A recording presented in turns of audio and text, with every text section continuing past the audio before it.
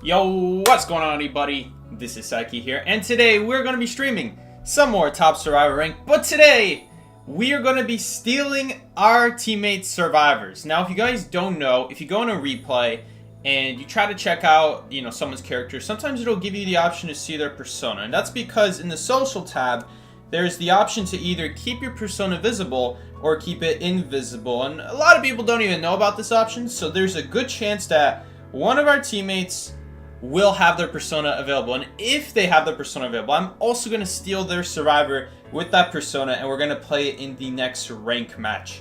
It's somewhere in here. I'm sure if you search up persona, you'll find it. Well, that's not how you type persona, but hide personal collection records, that's not it. It's somewhere in here, okay? It's somewhere in here that you can hide your persona from other people. I'm not sure where it is, but I think it exists, right? I mean, some people you can see, some people you can't, so I assume it's in there. But today, we're going to be playing some Survivor, and we're going to be doing that. We're going to start off with good old Mercenary, because who doesn't love good old Mercenary? I mean, guys, it's my face. It's the chat background. It's my YouTube profile. One of these days, I got to put on that green sweatshirt. I don't know if we still have it, but there's like, I don't know if you guys have ever seen the photo of me inside this light green Gap sweatshirt that doesn't even fit me anymore. It's technically a sweater, but it's a sweater with a hood. And it looks just like Mercenary's hood. It even perfectly covers my hair. It looks like I'm bald, right? Just like Mercenary. So, I don't know. One of these days we gotta do like a Mercenary stream where it's just me wearing that sweater. I don't know if we have it though. Because like I said, it doesn't even fit me. I don't think it fits anyone anymore. But we're gonna be stealing our teammate survivors, long story short. We're gonna start off with Mercenary. And we're going to be just seeing how it goes. I mean, not necessarily whoever dies first is who we're going to pick, but I'm just interested to see what other people's personas are. Talk a little bit about the advantages and disadvantages. I'm not just going to pick the best persona in my opinion, because in that case, I already have all the best persona builds in my opinion. I mean, a lot of these are, some of these you can argue for, like I would definitely argue that you should not run Great Power 100% of the time, especially if you're a player who struggles with landing Palstones and you just want to get good routes going. For that, I would suggest more Weber's Law, but Weber's Law also has its own disadvantages, so, we could sit here all day. I'm actually going to spawn right here. Because you don't want to spawn over there where the mechanic is telling us to spawn. There's no point. I understand she wants us to probably not spawn Big Rock, and I don't like the Big Rock spawn either, if I'm being honest. But the whole thing about doing the corner spawns, everyone just kind of copies it and no one really understands why anyone does it. That's an anti-shadow spawn. That spawn is to counter shadow. It's not really good for anything else, if I'm being honest. Because the problem with that spawn is this hunter always spawns next to small bow and they block big bow, and so whoever spawned a big bow just can never do big bow. And so if you're gonna not want that to happen, you should spawn where I'm spawning right now. The other guy can spawn shack and small bow, and then I can still do middle. It's just we also prevent our hunter from easily blocking. Okay, and our cheerleader is going to take middle because I think she just wants to avoid the hunter. So if you're going to do the line spawn, then me and cheerleader should switch spots. So this is not as much of an issue. And then she can just go shack or... Well, it kind of depends because it does leave the guy at small bow in a problem if the small bow cipher does not spawn. But it did spawn this game, so we don't have to really worry about that. Honestly, it's fine. All right, the cheerleader, she's going to take middle. I probably would not want to take middle if I was a cheerleader, but it is the fastest cipher rush. And Mechanic is just going to immediately have to take the kite against Opera Singer, which is going to be a very hard matchup. No doubt about that. Flywheel and Borrow Time. So I think our whole team is running Flywheel. So whichever of these survivors, maybe none of these survivors are going to have their persona build open, which would suck. That would suck a lot if that were to happen. And so in that case, I'm just going to have to take a guess at what they're running based off the replay. You can still kind of figure out what they have, what they don't have. Maybe... Hold up. She did kind of kill this mechanic relatively quickly, but she's also taking a long time to chair her. And the bot is up. Okay, we got about 70% kite. I mean, for mechanic, that's pretty good. That's pretty good considering it was mechanic. And, mechanic is just not even that good against Opera Singer in the first place. So, and Opera Singer is one of the best hunters in the game. Mechanic, Gold Decode, Mercenary, Cypher Machine. Totally agree with that. That makes sense with me. Alright, let's see. Stall out the rescue a little bit since we are here a little early, but better to be a little bit early than a little bit late. That's the way I look at it. She's definitely going to blink me here, so we got to get away. Good pressure from the, what's this called? From this opera singer, putting pressure on me to actually use my ability instead of immediately going for Mechanic, who's anyway most likely going to die before Tide Turn ends. It would be great if she keeps living before Tide Turn ends, because now we're just getting free kite time. She even gets the blink out, which is great. And I'm going to quickly heal up here, because this is going to be a tie game. So once you guys are in a tie game situation, no one should really rescue. You just kind of have the especially because she died in a really good corner here. For us to just stay away from the hunter and keep decoding our cipher machines.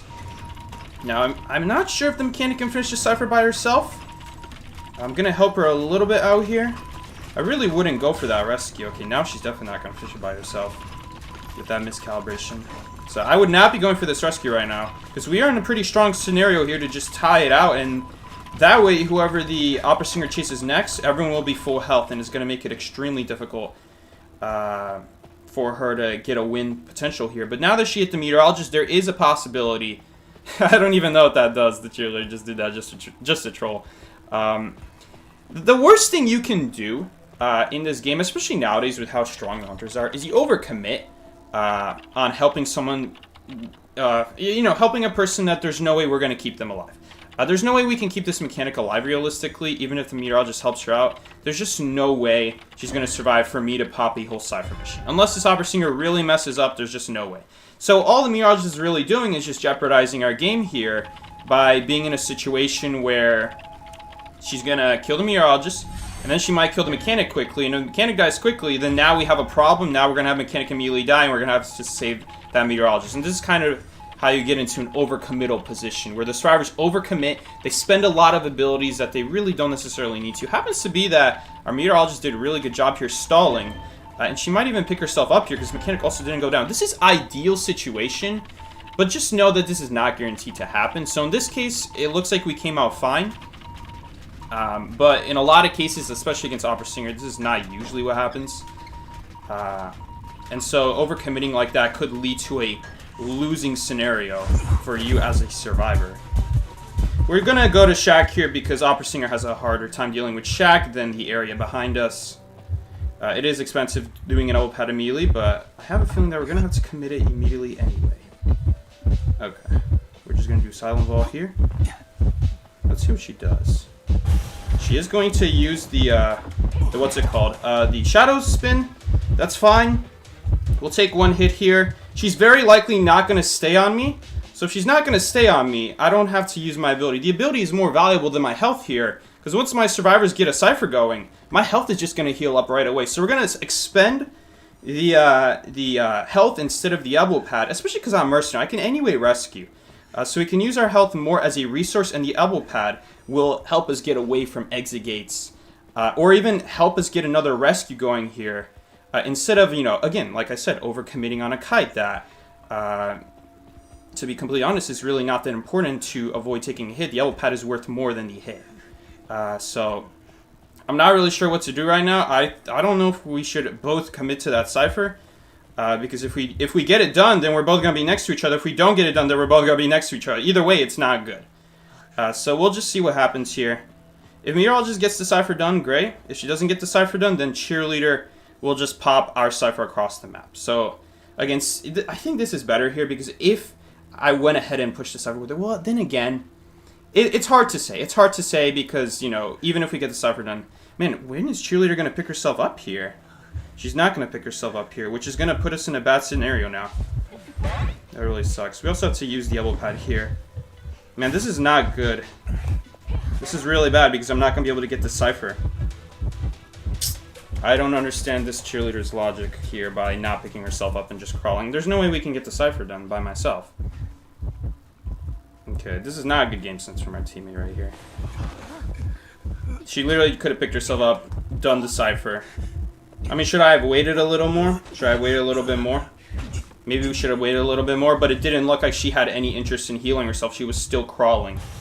So that's a little bit unfortunate. I don't think we're going to be able to tie this game anymore. She literally just could have done the shack. We had 2 ciphers there. There's no need to put all our marbles into this cipher that, like I said, we don't need to rush the game. We don't need to rush the game. We can play it slow. We don't need to commit to any cipher. Especially because if we have multiple people in the same spot, it's, especially as Opera Singer, it's not going to be that hard to chase a meteorologist with no abilities, knock her down, and then teleport on the other game. Then we have a pretty big issue. So we'll see here. We realistically could have tied this game, but this was just a big issue on GameSense here. Not committing to the Cypher Machine.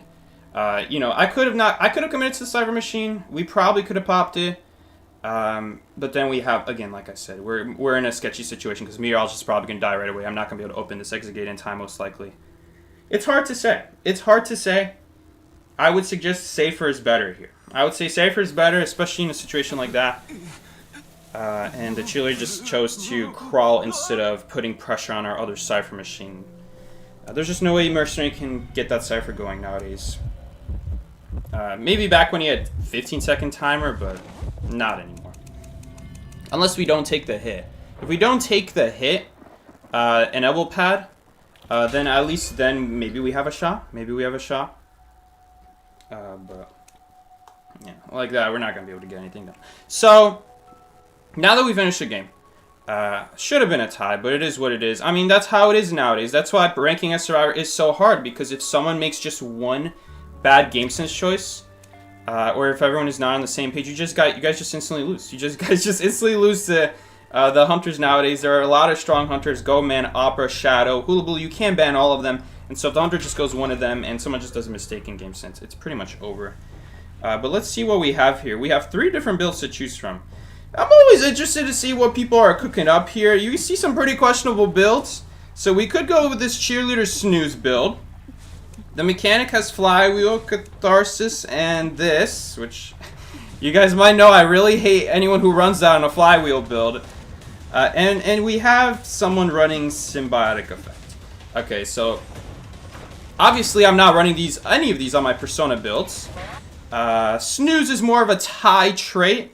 Realistically, your rescuer should be able to get your Cypher, your chair before 50%, no problem. So really, you're just trying to stall chair time in case you guys are going for a tie when no one is coming to rescue. That's what you're looking for. This is better than Symbiotic Effect, at least, but it's 15 points. It's 15 points. I feel like you could better spend that on Great Power, especially Mechanic is anyway not supposed to be near vaultable structures because she anyway doesn't synergize well with that kind of area. And Meteorologist has Symbiotic Effect, which is literally just worse muscle memory. At this point, she should just run she should just run muscle memory at this point. It only triggers when you're at half health, and at half health, you're getting blinked. And it's very hard to rebound without some support. So, I don't know which one we're gonna go here. We could do the Mechanic build here, and in case Mechanic gets banned, we can play Cheerleader. Just because Cheerleader is probably a little easier to play. So we're gonna make this Cheerleader's build, and we're gonna make this Mechanic build, and if Mechanic gets banned, then we'll play the Cheerleader. I would say so. 15-second Mercenary, haven't heard that in years. Exactly. Exactly. Yeah. Shame she didn't self-heal there. Ellie said she's saving her self-heal for the next game, which is fair, guys. That's definitely fair. So let's quickly make the Mechanic build that our teammate was using, and then we'll start the next match. Teammate. Mech-mate. We'll name this Mech-mate. So, if I remember correctly, she was running full muscle memory, self-heal. And I really hope she was running Companion Effect, but I don't really remember if I'm being honest. And we'll also make the Cheerleader build. Which was Snooze and Pal Stun. It was just basically Snooze and Pal Stun. Everyone was running Flywheel on this team. There is more synergy with Flywheel on Cheerleader just because the Flywheel ignores the slowdown, which is really nice. And yeah, I assume this was the build. I assume everyone is running Companion Effect. I was even making sure if they were actually running Companion Effect, but I sure hope they were running Companion Effect. It did click Survivor right there, right? So, we'll talk a lot about Persona in this video. Is the main idea, and teach you guys about when a persona is good, when a persona is not so good, and because of all these considerations, why do I choose to have the persona that I do? It happens to be that Mercenary is a lot easier to make a persona with. There's really only 2 personas you can think of. Nowadays, with an extra 10 points, you can just run Sync God Effect, and sometimes this will even make it so you don't even have to spend an elbow pad, which is really nice. But the other option is to take away, I don't know, this and run Empathy, which is down here somewhere. I don't like Empathy because it requires you to immediately get off your chair. Or not your chair, but your Cypher. And you don't always need to immediately get off your Cypher, but against hunters like Opera, Goman, and all the top tier hunters, it is actually more important, so I would consider it. But healing is just so good. Healing is so good. It makes sense to run healing on a rescuer because the rescuer is the one taking the damage to do the rescuer, right? I think in my last stream, I did notice that a lot of rescuers we were checking were running shelter or healing, which the healing is the one that not healing, a doctor, which heals other people faster, and that's anti-synergetic because the rescuer is usually the one who needs the healing. So it doesn't really make that much sense to run shelter or doctor on those kinds of characters. But there are good scenarios for it, like every Persona trait, and we can talk about it the more we end up using it. But right now, we're not really focused on that. We're more focused on, right now we're talking about snooze, and we're talking about muscle memory. So these are 2 things that I don't see snooze as often anymore, but you guys know I don't like snooze. I have a very old video about snooze a long time ago, back when, snooze was more popular. And the thing about snooze is snooze doesn't help you in chase is the issue. Snooze doesn't help you in chase. Snooze just more helps you once you're on the rocket ship.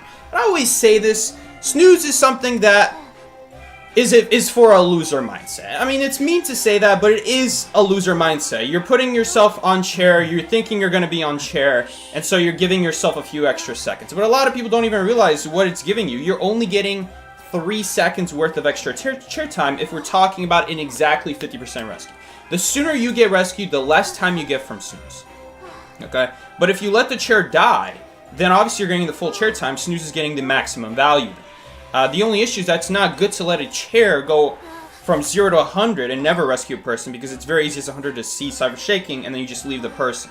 So you end up having to rescue someone at least once is the issue with snooze. So there's always some value cut off. But it is better in tournaments where that is more of a strategy to go for ties. It's just ties don't give you that much in rank. They've definitely made it better, but I would still say rank mode is rank mode. Try to get better when you're in rank mode. You try to give yourself winning kites. That's why I run Pallet Stone, because Pallet Stone is a winning trait. If you're successful, it will make you even more successful. It'll help you win more. It's a win more trait.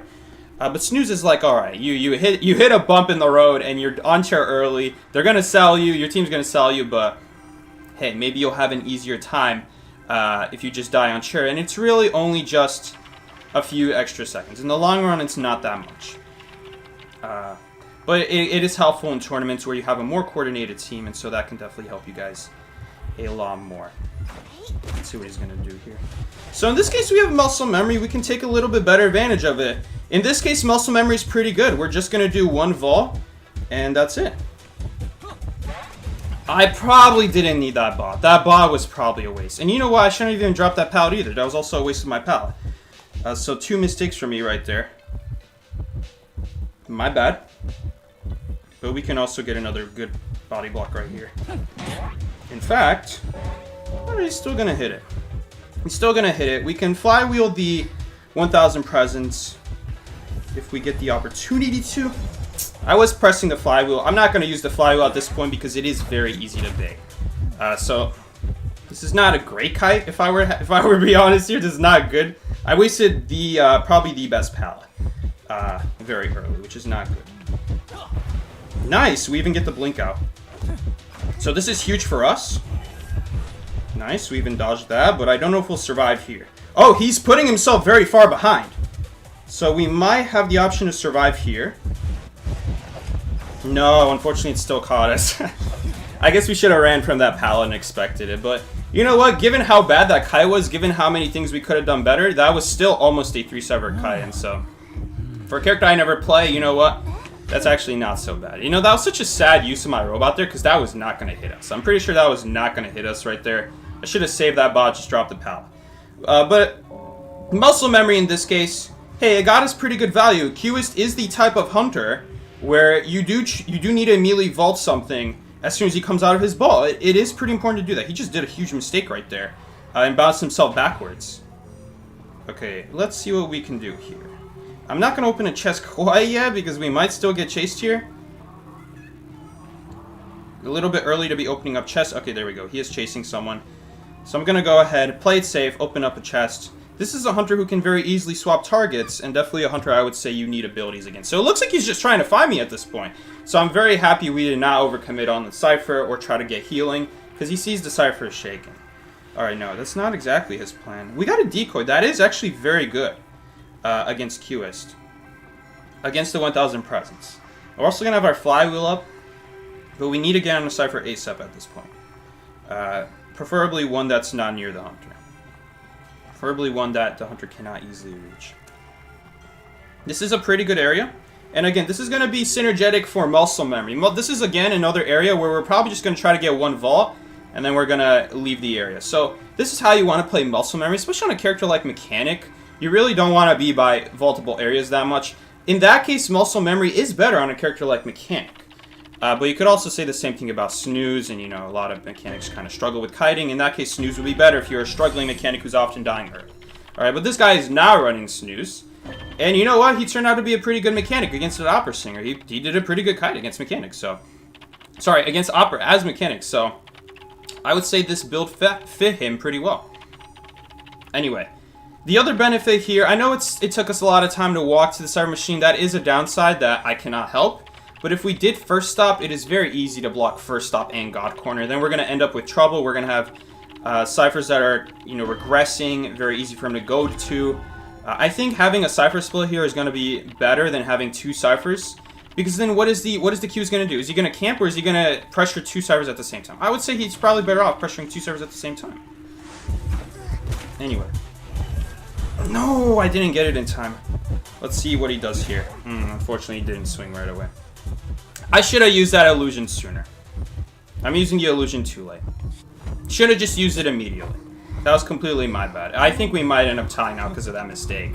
Man, that's such a shame, because if we avoided that, he probably would not have an easy time catching us after that. Now with Flywheel, he doesn't have any speed boost. That was really my bad. I should have used that illusion immediately. I'm just getting used to Qist as a hunter right now. We don't face him that often. He is a newer hunter. I really hate the speedball. In my opinion, not the speedball, the suck ball. In my opinion, the suck ball, that thing travels way too fast. It travels way too fast, man. I'm actually going to have to use this window, I think. That does not body block, I don't think. Nice, he vaulted that. That's pretty good for us. Someone is saying blink, but he teleported on us, so that's not true. He can't have blink. Man, this really hurts. An easy flywheel. He charge attack. I don't know why. Okay. He's still trying to hit us with this same Qist ball from earlier. We have our Enchantress helping us out here. Mercenary picked himself up. We're just gonna take this distance on the spot right here. I really hope this Enchantress comes back because I'm not in a healthy spot right now. Nice, she does come back. He's gonna opt to hit him, so I'm out of here again. We don't want to stick around. And he's using his suck ball, which is actually really good. So we do get his suck ball out. We baited it out. We have the borrowed time. We're not running a Sui build, thank God. Man, so many people will be running Sui build nowadays. We're gonna have to do one of those builds today, just to say some stuff about it, and why you should not run it in rank. We'll do all the builds that you'd see in rank. All the major builds, I would say. I'm not sure where the Hunter's moving yet, so I'm just going to say Hunter change target for now. Maybe I shouldn't be going to this game. Maybe I should just do the other game. We are kind of putting all our eggs in one basket here, but... If he teleports, then Enchantress can just do the other game. As long as I don't die immediately. Okay.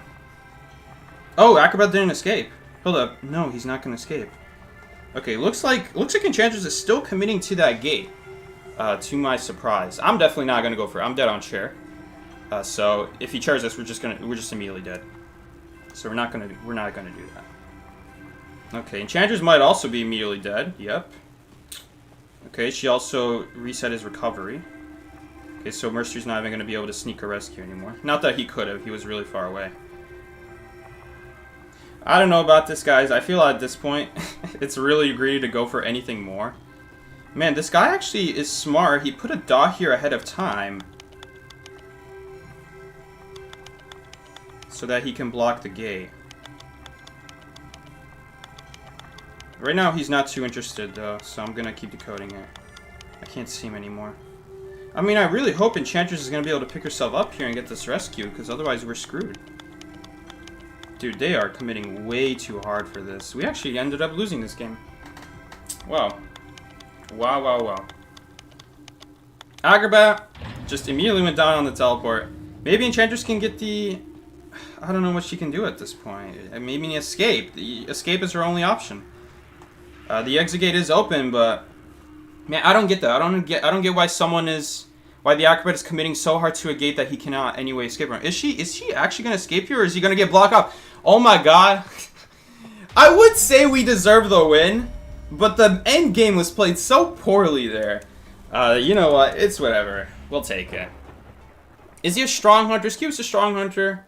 Early game, I would say no. If he gets his suck ball up, he's a lot better. But you know, if you use flywheel, you don't get sucked by it. It'll just go right past you. But you do have to use it at a certain angle. You do need to use it when the ball's coming toward you. Because if it's traveling with you, then obviously you're going to get sucked after your flywheel runs out. Illusion is another great item. Illusion lasts a lot longer than flywheel. So anyway, that's mechanic. With the mechanic build, let's see what our teammates' builds were that game. Endgame looked good. I mean, our teammates are overcommitting. That Enchantress is going to help a dead cause. And so she just went down, which is a shame. And then Mercenary, obviously Mercenary at this point is going to get a little bit greedy once the Enchantress goes down. I mean, he wants to save the game. I'm surprised the QS let that happen, honestly. But anyway, let's take a look at these people's builds. Everyone's build is open. Even my build is open, but maybe that's just because I'm just playing as myself. Okay, let's do a symbiotic effect, or not symbiotic effect, defense mechanism. How long was I saying symbiotic effect for that trait? You see, that would not have hit me. That would not have hit. I was behind the corner, so that was a very bad ball followed by a very bad pal drop. Once you use the ball, you don't even need to bother with the pal. This is actually very close to my mercenary build, except this I suggest is a waste. But we're not gonna do rescuer again. And again, another person running muscle memory. This could help Cypher Rush, walking from Cypher to Cypher, but usually this is triggering on a Cypher machine when you have not yet popped it. So this is also usually a complete waste. Let's just do Enchantress, and we'll talk about defense mechanism this game. This is this is the new snooze. This is, in my opinion, the new snooze defense mechanism. This is an overrated trait that a lot of people see, and they're like, oh, it's so good, it's so value, you know. You get injured and you're basically faster than Mercenary when you're vaulting, which is great, except the issue is most hunters run blank. So you're going to be using defense mechanism in a situation where you're anyway dead, and so at that point, if you have something else, I mean, nothing else will save you at that point, but something like Great Power would have helped you before to maybe avoid a hit, maybe give you more distance, something like that. So I don't think anyone's going to ban Enchantress. So we're just going to go ahead and make an Enchantress build using what our other teammate was using. And I think we need to drop something. I forgot what we need to drop. If I'm not wrong, she was using max defense mechanism. So I'll just take a really quick look right now what she had. She was using max defense mechanism. Oh, interesting. She's now running companion effect at all. Okay. All right. Well, I'll definitely have some comments about that. Anyway, let's go right into the next match. We did win in the end. I would say we deserved a win in the end. We had some good teammate support there. They definitely helped me out at the right time. It's just the overcommittal out the gates. Classic situation, classic NAU situation right there. People not knowing when to back off when they should. Again, Hunter's the one with the weapon at the end of the day, not you. So we tend to forget that once there's an exit gate available to do. Once people think, oh, I'm not trapped anymore, I can run out. Someone actually banned Enchantress? And my book is what's it called? Bugged. So we're not actually gonna end up playing Enchantress. I don't know if this is someone trolling. How do they know?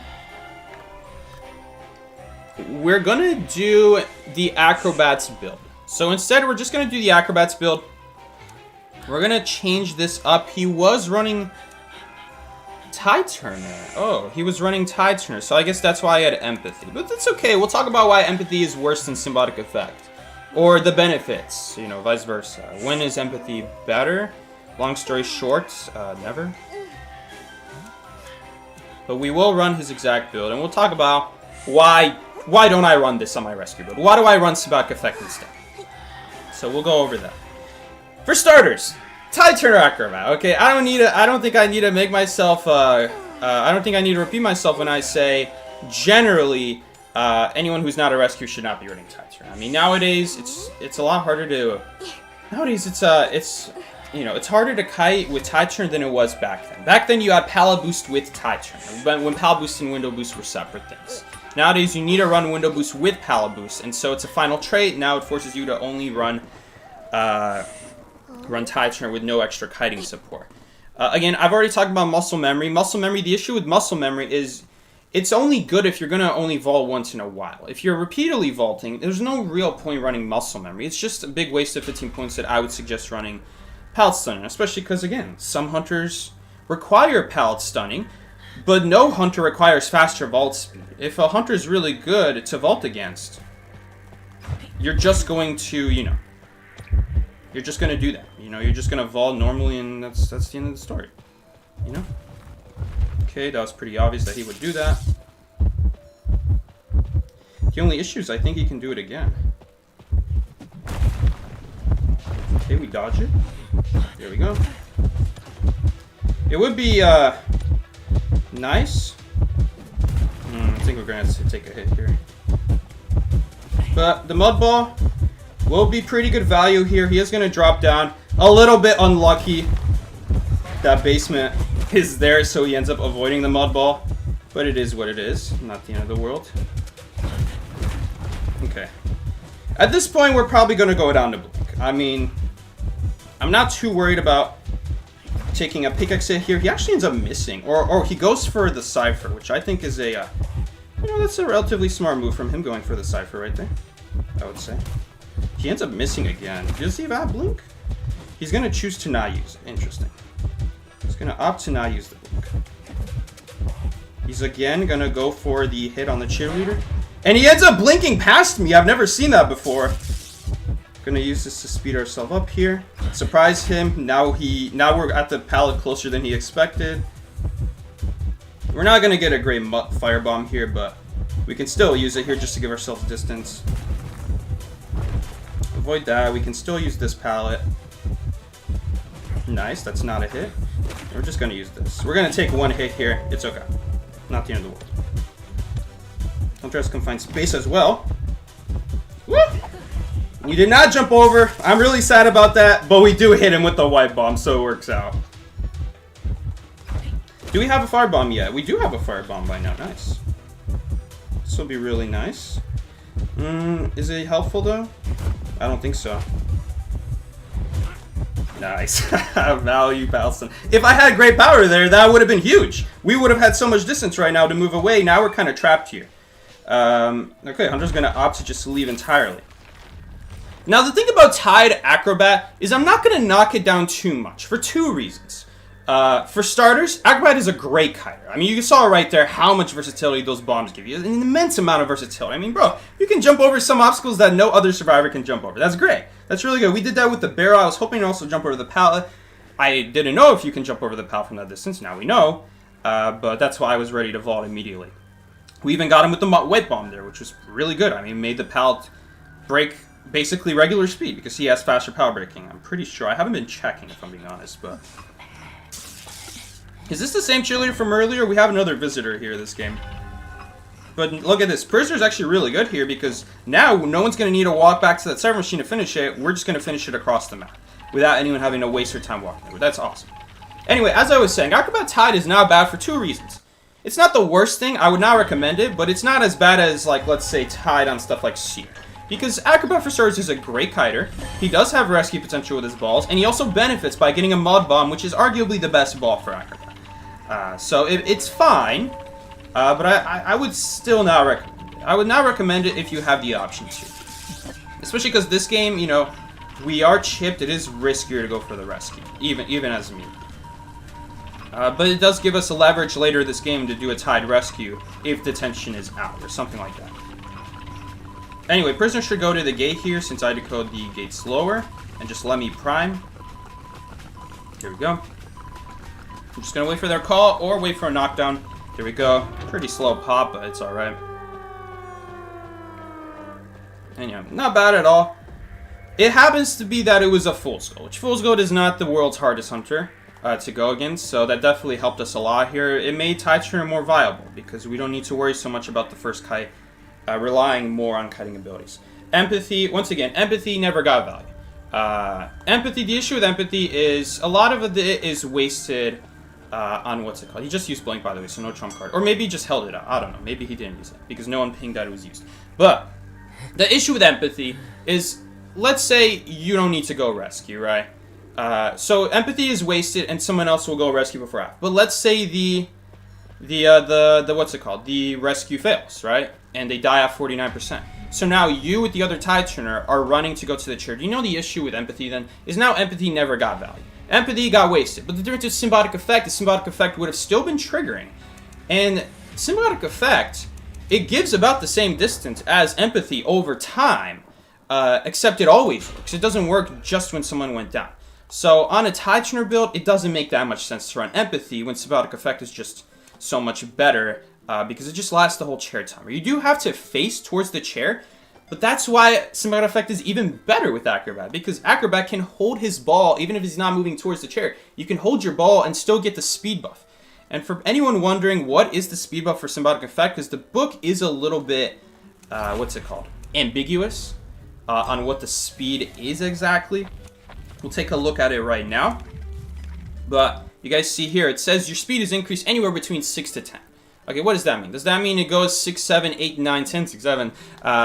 Or, you know, when does 10% trigger, when does 8% trigger, when does 6% trigger? It doesn't say anything. So I went ahead and tested it, and I put this in my Persona guide. But for those who just don't remember or haven't looked at it, you get 10% speed up when you're 32 meters or more from a rocket chair. That's the same as heartbeat radius, which that's huge. You're mostly getting 10% in that case.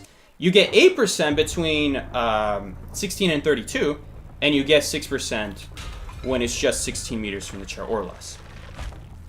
So most of the time you're getting a major speed buff than what you used to get. And so symbiotic effect is just great for that reason. It works at very far ranges, and with some characters you can even hold and go towards the rocket chair. Anyway, let's take a look at other people's builds here.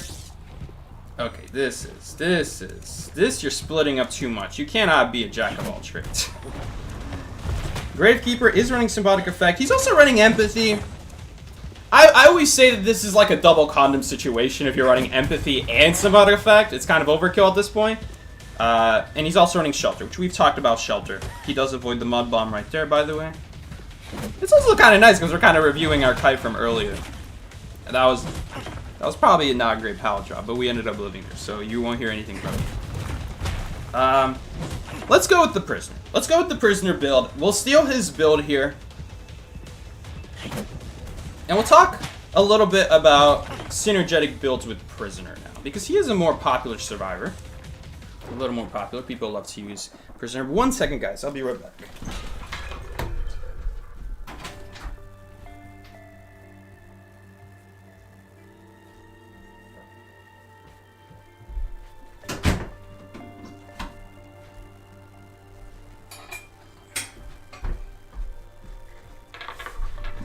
By the way, empathy, though not recommended for chairs, I would recommend it on Cowboy and Batter because they do work at a distance. So it is pretty important to get right next to the hunter in time before they finish picking up. And it triggers when someone goes down, now when someone gets put on chairs, so even better. Even better for the harassers. Anyway, let's go ahead and I doubt anyone is gonna ban Prisoner, but someone did ban Enchantress last game, so here we are. Let's see here. Where is Prisoner? Prisoner's on the last page right there. And we're going to have this be the Prisoner mate build. Okay, whatever. Reset town page. He had 1 Weber's Law, 1 defense mechanism. He did have broken windows. He had bar time, he had companion effect, and he had exit path. Okay, so what is the issue with this build, first of all? The biggest issue I see with this build right now is that there's no great power. Okay, now I did say earlier you don't necessarily need great power, but on exactly Prisoner. Prisoner is one of the best survivors to catch hunters in the middle of a pallet, similar to Novelist, similar to Enchantress, and then stun them in the middle of the stun. When you don't have great power, one of your biggest tools is significantly nerfed now. It's a lot worse. And it's just, the other thing is if Hunter has Desperate Fight, it gets countered a lot more now, where Great Power would have canceled it out before, because you have to remember, these are 2 stuns back-to-back, where Great Power will get better value. Or, well, not Great Power, but Desperate Fight will get better value as a Hunter. So it's even more important to run Great Power for that reason. Great Stun, Great Power. Was watching the Lancer stream just now. Does Psyche know you don't have to get off the Cypher to use the buff? Oh, no, I didn't. Thank you so much for letting me know. Usually, Survivor's abilities don't work like that. Thank you so much, Liam. I didn't even try that. Explorer is the best survivor. Thank you, Kurt Explorer, for your opinion on who is the best survivor. Anyway, so already we're not running Great Power, okay? That's a pretty big downside of not using Great Power on Prisoners, that one of your key combos is not as strong as it could be. We also have defense mechanism. So I haven't really talked about defense mechanism. Defense mechanism, in my opinion, is basically the next snooze. It's the next overrated trait after snooze. Because at least snooze, you know, at least maybe it's someone who, okay, maybe someone who's not as confident in the game, maybe someone who's lagging, okay, if they're playing mechanic, it makes more sense because you have more time to decode on the robot. If you're that type of mechanic, drop the bot early. As for this, defense mechanism, I want to be clear here that the thing about defense mechanism is once you are half health, you're dead. You're dead. Why? Because blink. So no amount of vaulting is going to save you from this blink unless the hunter just straight up misses their blink. Last game, the hunter missed their blink, so I guess defense mechanism would have been better that game. But let's say he didn't, and I had defense mechanism non-acrobat. It doesn't do anything. If I got to play Enchantress last game, then I would argue that defense mechanism makes more sense on a harasser. She's kind of a harasser. Doesn't really work at a great range, but she technically is. She could technically save people from balloons. We're also getting difficult maps to kite on, so this is not great for me. Anyway, as I was saying, defense mechanism, it only works when you're in the injured state, meaning that you're already in a situation that you don't want to be in, okay? Because you're going to get blinked. At that point, for defense mechanism to get any value, you're going to have to rebound, which is very hard to do off of chair. The time to kite is it has to be a good kite before you get chair. Because the chairs in this game are purposely positioned so that it's very hard to rebound. Most of the chairs are like that, at least. So if you're going to do a good kite, you have to do it in the first kite. Meaning that you have to be full health as long as possible to delay the blink as long as possible. I guess the hunter could blink you as first hit, and then defense mechanism would give guaranteed value. But otherwise, defense mechanism is usually that kind of trait where it's like, okay, you just got it, and now you're immediately dead because of blink. Alright, it's better, I guess, if the hunter is running something like Abnormal or Excitement. But usually hunters are not going to run that because those are already pretty bad traits. So, there's not a whole lot I can say about defense mechanism after that. We are running a little bit of, man, it's Sculptor. We are running a little bit of Weber's Law as well. Now, the thing about Weber's Law is, it's not bad. But this guy's only running 1 point of it, which I don't like. I don't like that he's only running 1 point of defense mechanism. Not defense mechanism, Weber's Law, because we barely get anything. I mean, we're barely getting anything right now. What was that statue? Don't really know what that statue was. But you're barely running anything, which is not great. Wonder what we should use here. Is she expecting us to use the window? Nope. Anyway, let's see what we can do with the stun here. This is kind of where it gets scary with Sculptor because she has a million statues. I almost think it might just be better to sack a hit here because it's going to be very hard for her to blink us after we take the hit. I'm going to sack the hit right here. Because we are getting so many statues out. She's not going to be able to warp us. And blinking is also not going to be that great here. I'm still going to drop the pallet, I think. Because if she blinks, she's not going to be able to immediately kill us. Okay, there's the warp. But warp doesn't immediately kill us. It was a strategic hit right there. We do have broken windows now, which is huge. Ah, unfortunate. Ooh, that was close. Someone said the basement isn't here. That's not good. That means basement is here in that case. Can we survive? No, we didn't survive. Oh no, basement isn't here. She pinged that right next to us. Pretty good kite, pretty good kite. I mean, you guys saw right there the power of taking a hit instead of committing a stun to a kite that is probably not going to save us the hit. You know, even when we saved the stun, I'm not going to lie, the stun still didn't get us that much value. But we're now wasting items when we don't need to waste items. We can instead take a hit and use our hit in a very unique area. Usually this is not the case. Usually when you take a hit, you're immediately getting warped or blink. But it happens to be we had height, so that's a huge exception. But the rescue is a different story here. I'm probably gonna die here, unfortunately. That sounded mean. That sounded mean. I did not mean to ping. Thank you for that. That was not my intention. Anyway, I'm just gonna die in a corner as far as possible. There's no chair on this wall here, so we're gonna die more like over here now. Well, there's a chair right there, though. If anything, that chair might actually be easier to rebound off of, though. We're gonna immediately get a window boost. Again, this is the issue with defense mechanism. We really didn't get that much value out of it. How much value did we get out of defense mechanism? We got 1 Vulcan when we were injured, just for the broken windows boost. That's why muscle memory, if anything, is probably better. But we're anyway running muscle memory because we have broken windows. So I'm not going to knock on muscle memory because you have to run muscle memory to have broken windows. Now let's see if she can get this rescue off. Good flare gun. It did the job. No, I am thinking about immediately popping here, but not quite yet. We're gonna bait a statue here. There we go. Uh-oh. We're in a problem here. Nice. So we put her in recovery. We're gonna go up the stairs. Now she can't use her warp here. So we're playing around warp. We even get a pallet boost out of it. That's good value. She might warp right here. She might warp right here. Let's wait. Okay.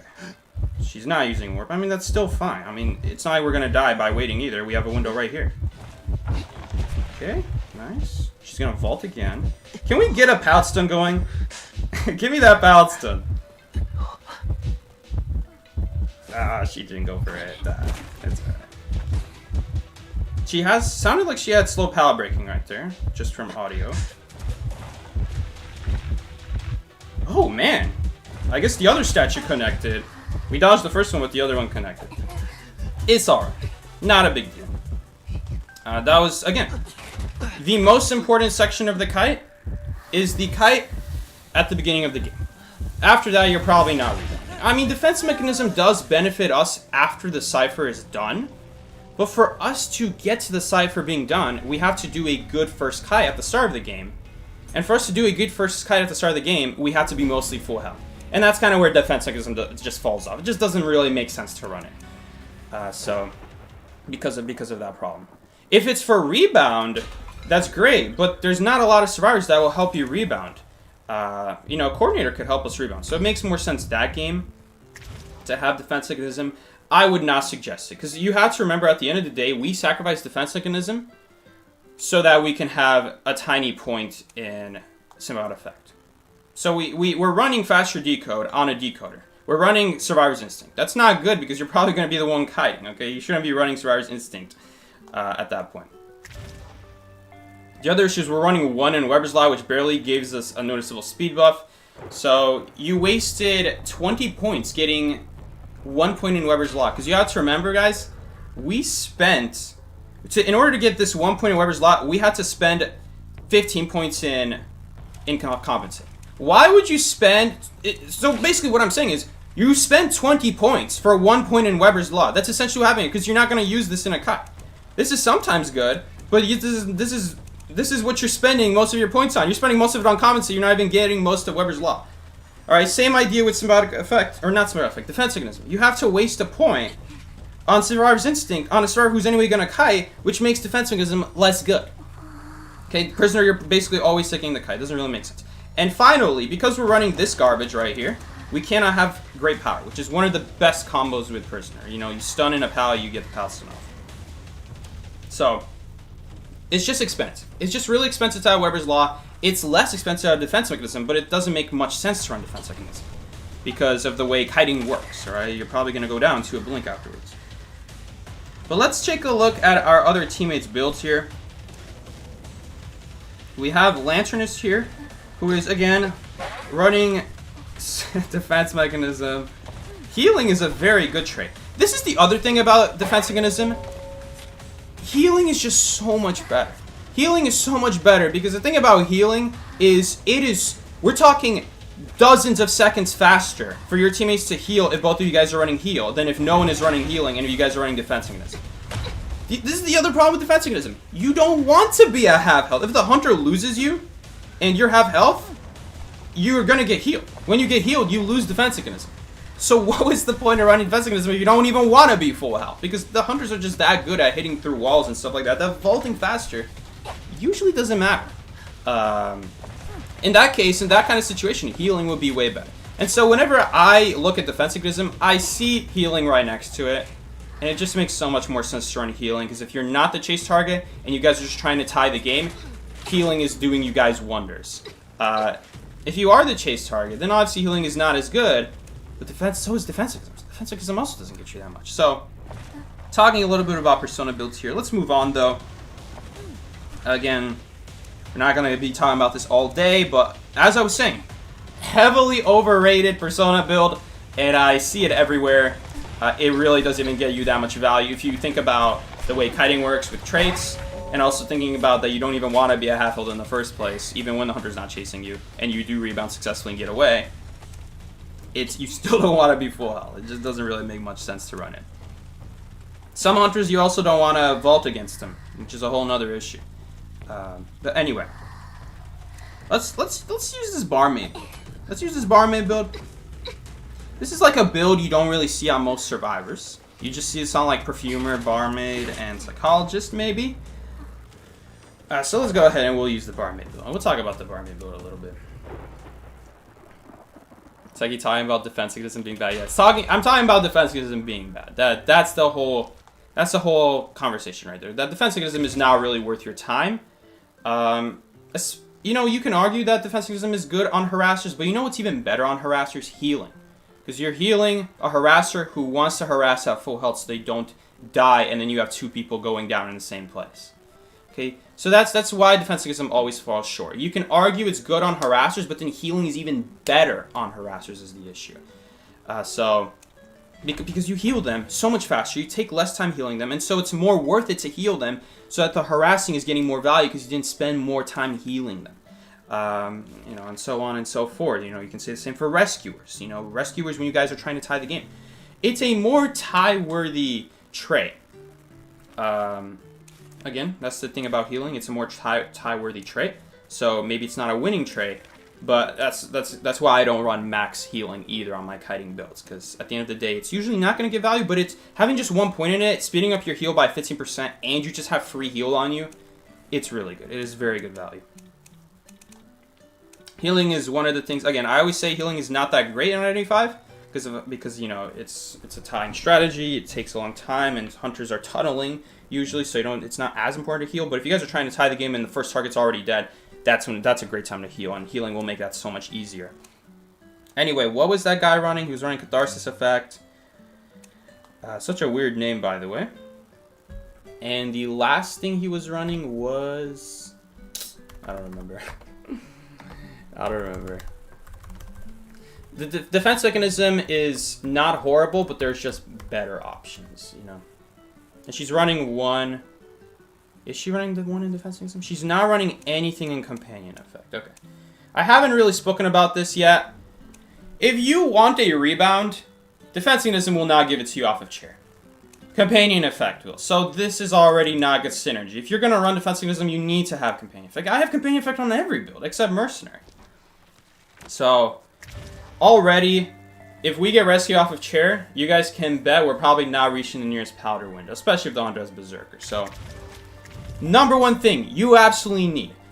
If there's anything as important as self-heal, the next best thing to run is companion effect. It is undeniably so good, helping you guys if a survivor doesn't have tide turner, I mean, it's just free kite time at that point instead of immediately going down. If they have tide turner, I guess it doesn't matter as much.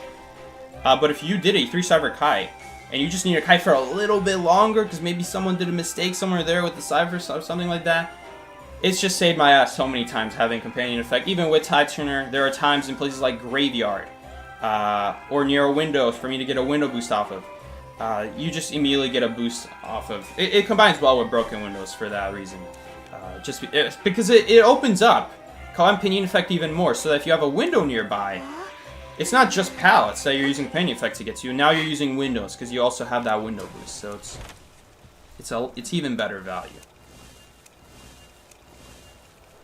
But anyway, let's go ahead and use it. Oh, we have our default build right now. Anyway, this is the Barmaid build. Was I using the right build last game? Did I have defense mechanism last game? I hope I did. Anyway, I didn't change the name, but you guys understand. This is the Barmaid's build. Alright. She's going to take that area. I'm cool with that. I don't really like Shack, but if she's gonna take Shack, I will at this point take this area. The thing about Shack is that kind of area on Leo's memory where you either sit there and you don't get any rotation value, or it's an area where you leave and you're probably not going to come back to. Cheerleader happens to be, she's a character with speed boost, so she has an easier time getting back to Shack. But I don't really like spawning Shag because a couple reasons. First of all, you have to choose between rotating or staying at Shack, and if you choose wrong, it's like a 50-50 chance that it's a hunter that you needed to transition against, right? If it's something like Bonbon or Sculptor, you're going to regret standing there at Shack. You could have been already running and getting a ton of distance, like that Prisoner game, where we were already transitioning, and we got a lot of our kite just from basically running away from the hunter, which is great. Anyway, now we're playing Barmaid. The thing about Barmaid running the healing persona is it does help you get away once you do actually get the heal off. But it's really hard to even get the heal off in the first place is the issue. I wish there was like something to improve how easy it is to get the heal off in the first place, because that's the biggest issue with Barmaid. The issue with Barmaid is not necessarily surviving after the heal. It's more so just getting the heal off in the first place. So I do wish there would be something there, you know? I'm going to use this pal to get rid of this Hellenber's Hunt right here, because the way Hellenber kills you is Hellenber's using Hunt. I know Hunt is going to help him kill his target easier. Oh shoot, this is not good. Okay, do you have excitement? No excitement. This is huge. I mean, now he's stuck behind that pallet. Once again, Hunt disappeared because he got stunned. And he's just going to swap targets. So that's good for us. Patroller's cooldown has ended. Okay. Maybe this is Patroller Hellember. I mean, who knows? It's actually not so bad to run Patroller on Hellember. It is one of the better things to run on Hellember. Because he's one of the few hunters that when your Fire Spirit attacks, you can attack at the same time. Not like Feaster. That's the biggest issue with Feaster is that you use a tentacle and you can't even swing right away. So half the time the survivor just vaults or drops a pallet in your face before you can swing again. And so Patroller Feaster might actually be worse than Hellember Patroller. Because at least they can swing at the same time. Anyway. Pretty, you know, generic kite there, I guess. You will notice that instead of using the window boost, I use the pallet, which you usually don't want to do that. But Hellember is the one hunter where he's not going to kill you with what's it called? With abilities. He's going to kill you with his Hunt and abilities combined. So you need a pal to get rid of his Hunt. Because he built up a lot of Hunt before we dropped down that pal. If you don't know what Hunt is, Hunt increases your movement speed by 10% as Hunter if you chase someone for 7 seconds without interacting, or without swinging, or without getting stunned. And it's very good on Hellember, because there is one other restriction that makes Hunt bad, and that is the fact if you use your abilities, Hunt also goes away. So it's bad on almost every Hunter, except Hellember. Why? Because Hellember, when he uses his Fire Spirit ability, you do not lose Hunt. It's a weird exception, but that's the way it works. Okay, unfortunately, the doctor went to a cipher that I, anyway, wanted to do next, so now I have to walk further to my cipher. I wonder who's going to do this next rescue here. Because Cheerleader, I don't think, is nearby any cipher machines. It's going to take her a while to walk to the next cipher. Doctor go to code, cheerleaders. I think she meant that the other way around. Cheerleader go to code, doctor cipher, but whatever. Anyway, she's destroying a puppet. Guys, don't destroy puppets. Because what happens is when you destroy the puppet will spawn in his inventory. If anyone who plays Hellenberg, you know that it's such a pain grabbing your puppet again. It's such a pain. Okay, Doctor actually ends up doing Shack now, so now I wish I did Christmas tree. I forgot about that cipher. Right, the knight had a cipher machine, and he just got farmed there. What a shame. I don't know what happened in this game. This was actually a pretty good start for us. I mean, you leaving your target 50 seconds into the game, no hit at all on them. He did get a lot of fire out of it because I did stun him and he was chasing me, so he probably had like 1 fire and 75%. But besides that, he doesn't have much going for him. Or didn't have much going for him. Dungeon isn't here? The dungeon's not here either. Cypher is primed here. It's gonna be a 1-tap. Just waiting. So the thing about breaking that puppet is not only did it waste time not decoding, you also make it easier for the Helmer. You're actually helping the Helmer when you break his puppet and it's not on a key location. It's only worth breaking the puppet if it's on a key location. That can be a cipher or a gate. Or maybe a key kiting area against Hellenberg. But if it's not in any of those 3 things, do not break that puppet, because the Hellenberg would have to walk to that puppet to get it back in his inventory. When you destroy it, well, guess what? If he's camping, he probably didn't need that puppet anyway, out in the open. And 2, after 40 seconds, it spawns back in his inventory, which is more helpful than it already being on the field. Especially when it's not in a, like I said, a key location. It's only good if it's in a key location he needs to protect. Anyway, I wish this Doctor didn't wait so long on the pod, because you know what that does? As he's chasing, he's getting his trait back, and he's also gaining fire. When you're chasing people, you gain fire. And that's going to help make the chase easier, because the fire will destroy pallets for you. So you could just go ahead and hit them very easily. Unless it's Windows, then I guess Windows will struggle too. Anyway, so this is a good example. We have a puppet right there. That puppet is unimportant. We do not care about that puppet. But this puppet on the gate was important, and he just moved it away. What is he doing? So we're just going to do the game. For those wondering how Puppet AI works, the way Puppet AI works is they ignore survivors for the most part. They ignore survivors for the most part. And they actually go for exegates and cipher machines. That's what they target. They don't target anything else. It's not a break, dude. It's not a pallet. No, I shouldn't have dropped that. I thought we made it. So you see, that's Hunt in effect right there. That's Hunt in effect right there. We actually ended up not making that pallet drop because he had Hunt. Hunt sped him up significantly. Man, why did that... Oh, I guess she had to heal him. Man, if only we didn't go down. Should have just... Well, if we use this speed drink and he doesn't swing, then we die. We needed to just stand at the pallet. We just needed to stand at the pallet, behind the pallet. So that in case he just swings, you know, we don't drop it. And if he walks through, we stun him. So it kind of plays around both worlds right there instead of just minusly dropping it. Anyway... We do end up winning there. Broken Windows coming in clutch right there. Using that useless window to get us, you know, to a more useful area. That area anyway had no pallets, I guess, though. So, even with pallets, it was useless against Hellenberg. So, don't even worry about it. Anyway. Funny that this Kaiwi didn't even use our Persona build once besides Broken Windows. But, there you go. If you want to run healing on Barmaid, it's fine. But, like I said, the issue with Barmaid is not getting the heal off. Sorry, the issue with Barmaid is not what you do after the heal. The issue is getting the heal off in the first place.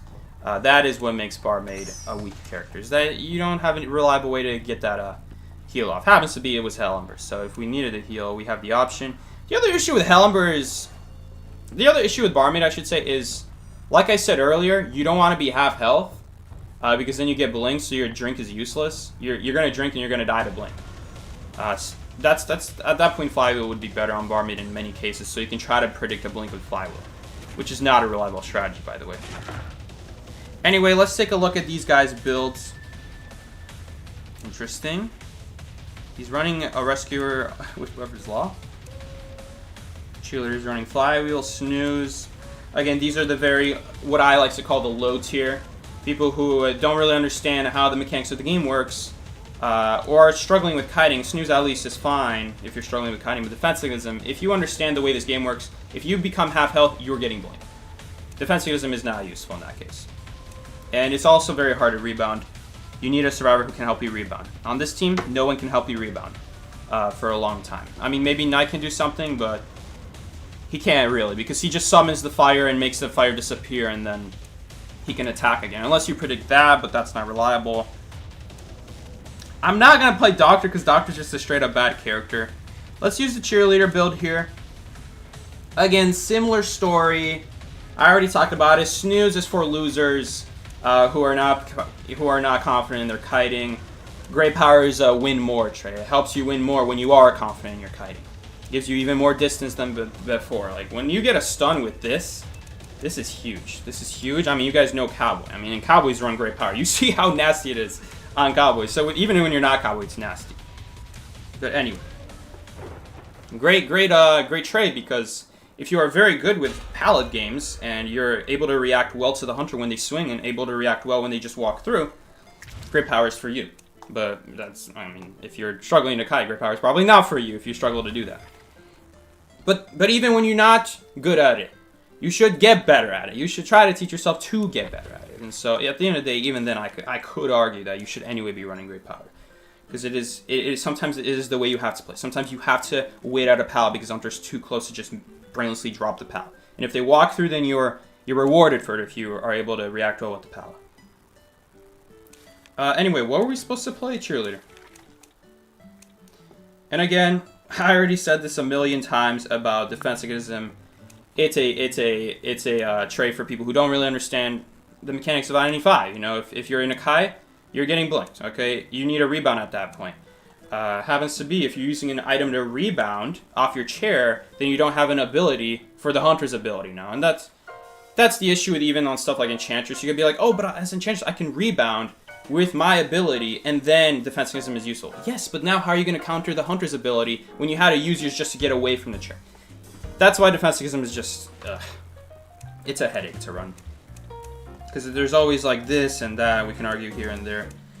Is this another person now running Companion Effect?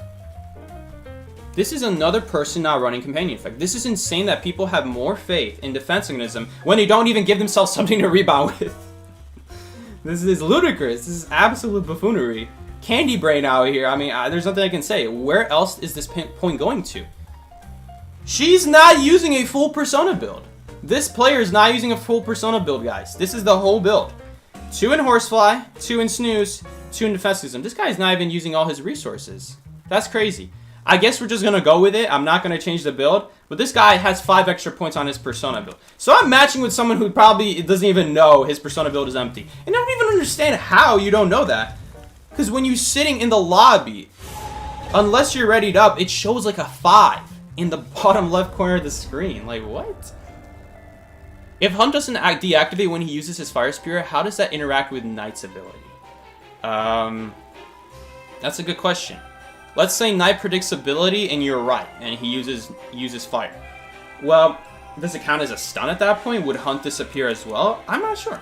I'm not sure. But if you swing when it was ability, then yes, your Hunt would disappear.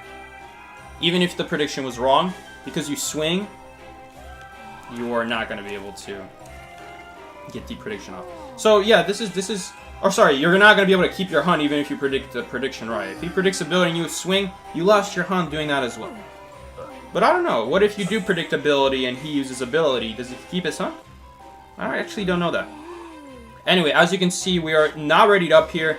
And you can clearly see a 5 in the bottom left. So I don't understand how this is happening. But this guy is just now running a full Persona build. He doesn't even have Birdcage Effect. I'm looking around. It's 2, it's 2, it's 2. There's... Guy just doesn't have a full Persona build. Man, why are we getting hard maps to kite on as well? What did I get before this? What was the map before this? Anyway. Mechanic has no borrowed time. Okay. I basically am required to do no borrowed time at least once this stream just to talk about it.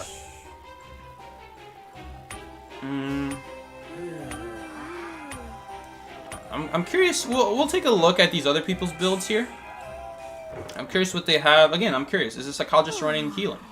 Or is she running not healing? Is she running, what's it called?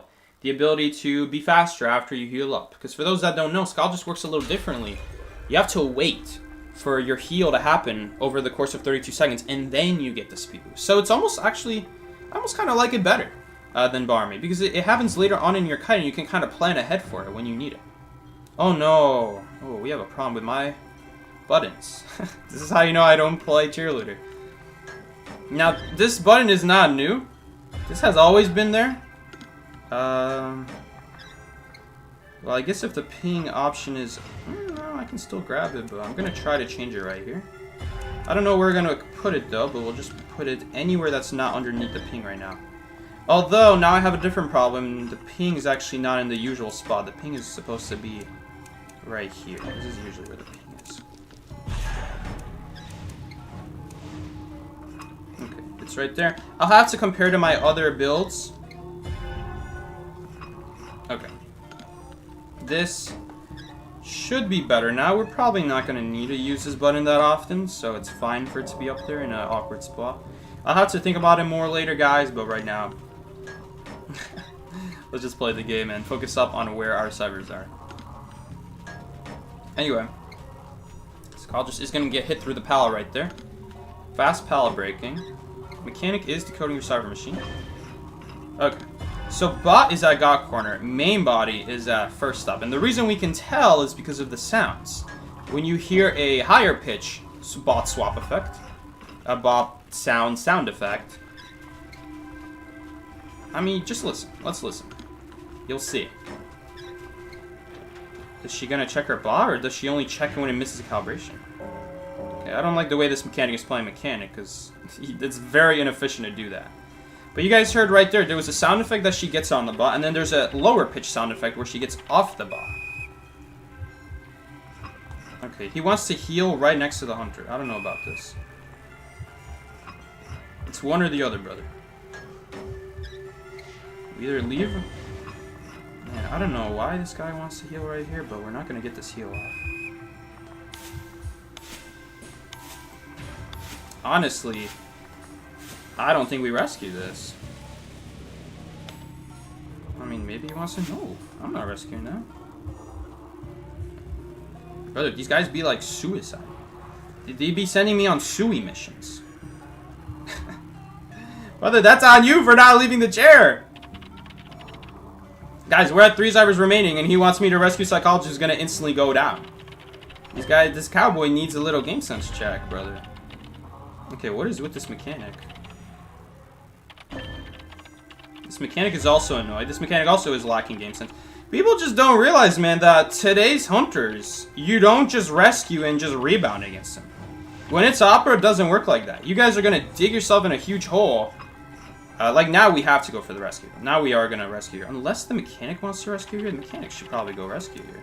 Mechanic is the one that's closer. Yeah, she has to go rescue. Man, she wants me to rescue? Okay. Oh no. Why would I rescue though? That's all the way next to you. Okay. I love the confusing pings from our teammates right here. But anyway, we'll just keep decoding the cipher machine. So, let's say that cowboy did not do bridge, guys, and he ran away. We would be in a much better situation right now. Because you want to know something? Look at us. Look at our situation right now. We're at 1 cipher remaining, even though that cowboy went down basically instantly. So the fact I didn't rescue there was actually great. You're crazy. These people are insane. He wants to rescue and have health? This is insane. At least say, stay put, I'm coming early. Dude, there's no way you got that rescue off. What is this opera doing? Well, Mech doesn't have borrowed time, though. Okay, well, he does. Right, look at that. Look at that, guys. We didn't rescue the psychologist. Cowboy stayed close to chair, so she just immediately pushed Cowboy and killed him. And look at how great of a situation we still ended up in. Imagine how much safer of a situation we could have been in had that guy just backed off. and we just took the simple tie. Because there's no way you're helping that psychologist. Can you cheer this guy, by the way? You can cheer the robot? That is utterly useless. That is the most useless thing in this game. I guess it'll give me a speed up.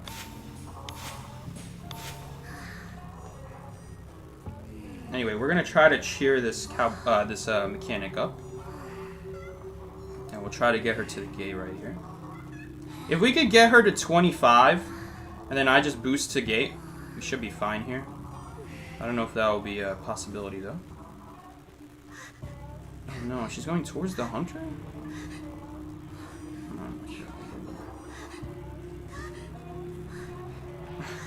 I guess she's pressuring.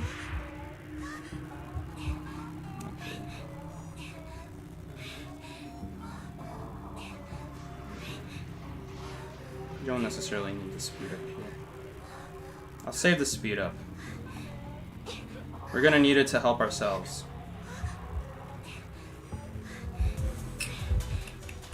This is awkward.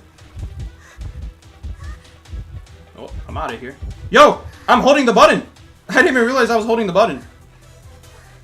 Okay, so that's not a good spot for the button right there. We learned, now we know. Because that's a place where I hold to move my camera. I didn't even realize it, that I was holding it on accident.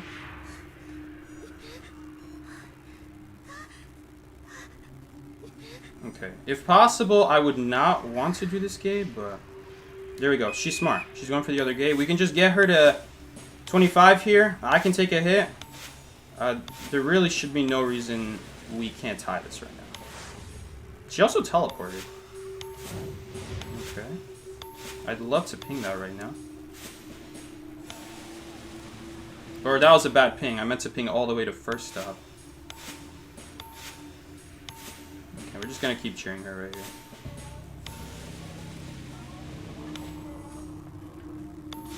I don't know what these guys... I don't know what these teammates' problems are right here, but... they have some issue. They have some issue asking me to go rescue a psychologist who's anyway gonna go down. That psychologist is gonna die. God forbid Cowboy tries to help her, because then he's gonna die. Alright, so if, let's say Cowboy doesn't help him, then now he has the choice to go either for me or Cowboy. It's gonna be so much easier for that opera singer to win that game. When we put ourselves in a situation where everyone is half held besides one person, and that one person is Mechanic. Someone who she probably doesn't even want to chase at that point because bot is almost gone. Mechanic is not providing much decode for her team at that point. Anyway, we're going to move on from that match. I'm just going to take a look at their builds.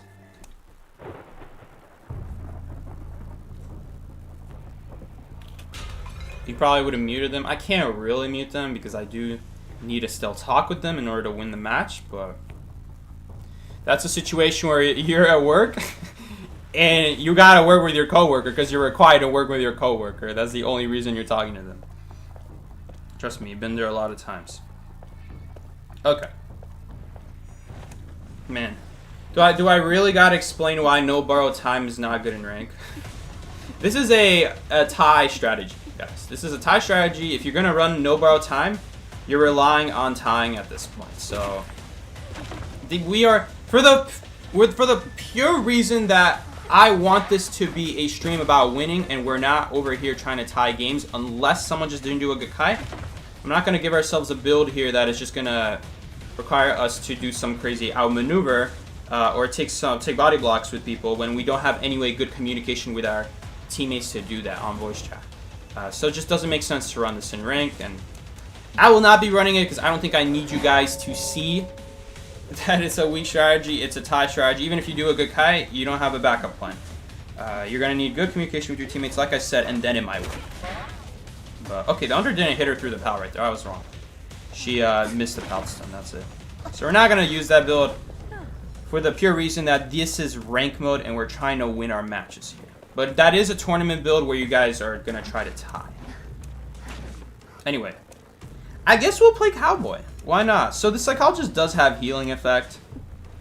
Or not healing, but touch effect. Alright. Ray, did you respond, by the way? I see you're in stream. Oh, Selk invited you. Never mind.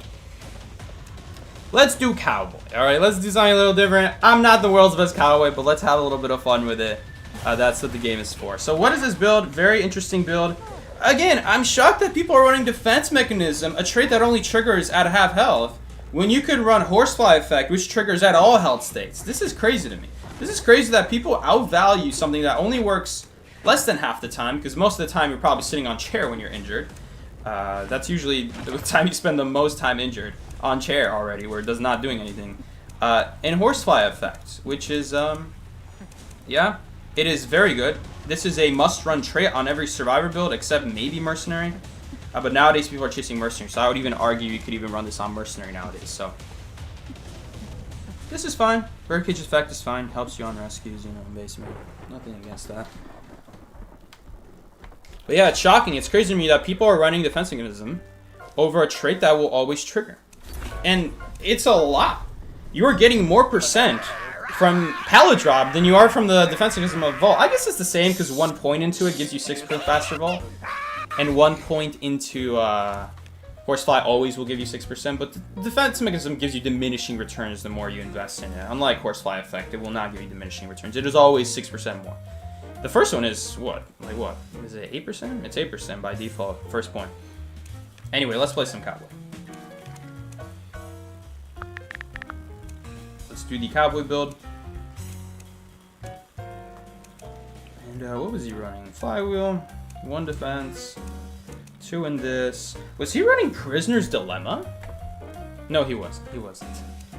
For some reason, I thought he was running Prisoner's Dilemma. Thank you so much. Thank you so much, Creamy Michi, for the $2 donation. Play Ento.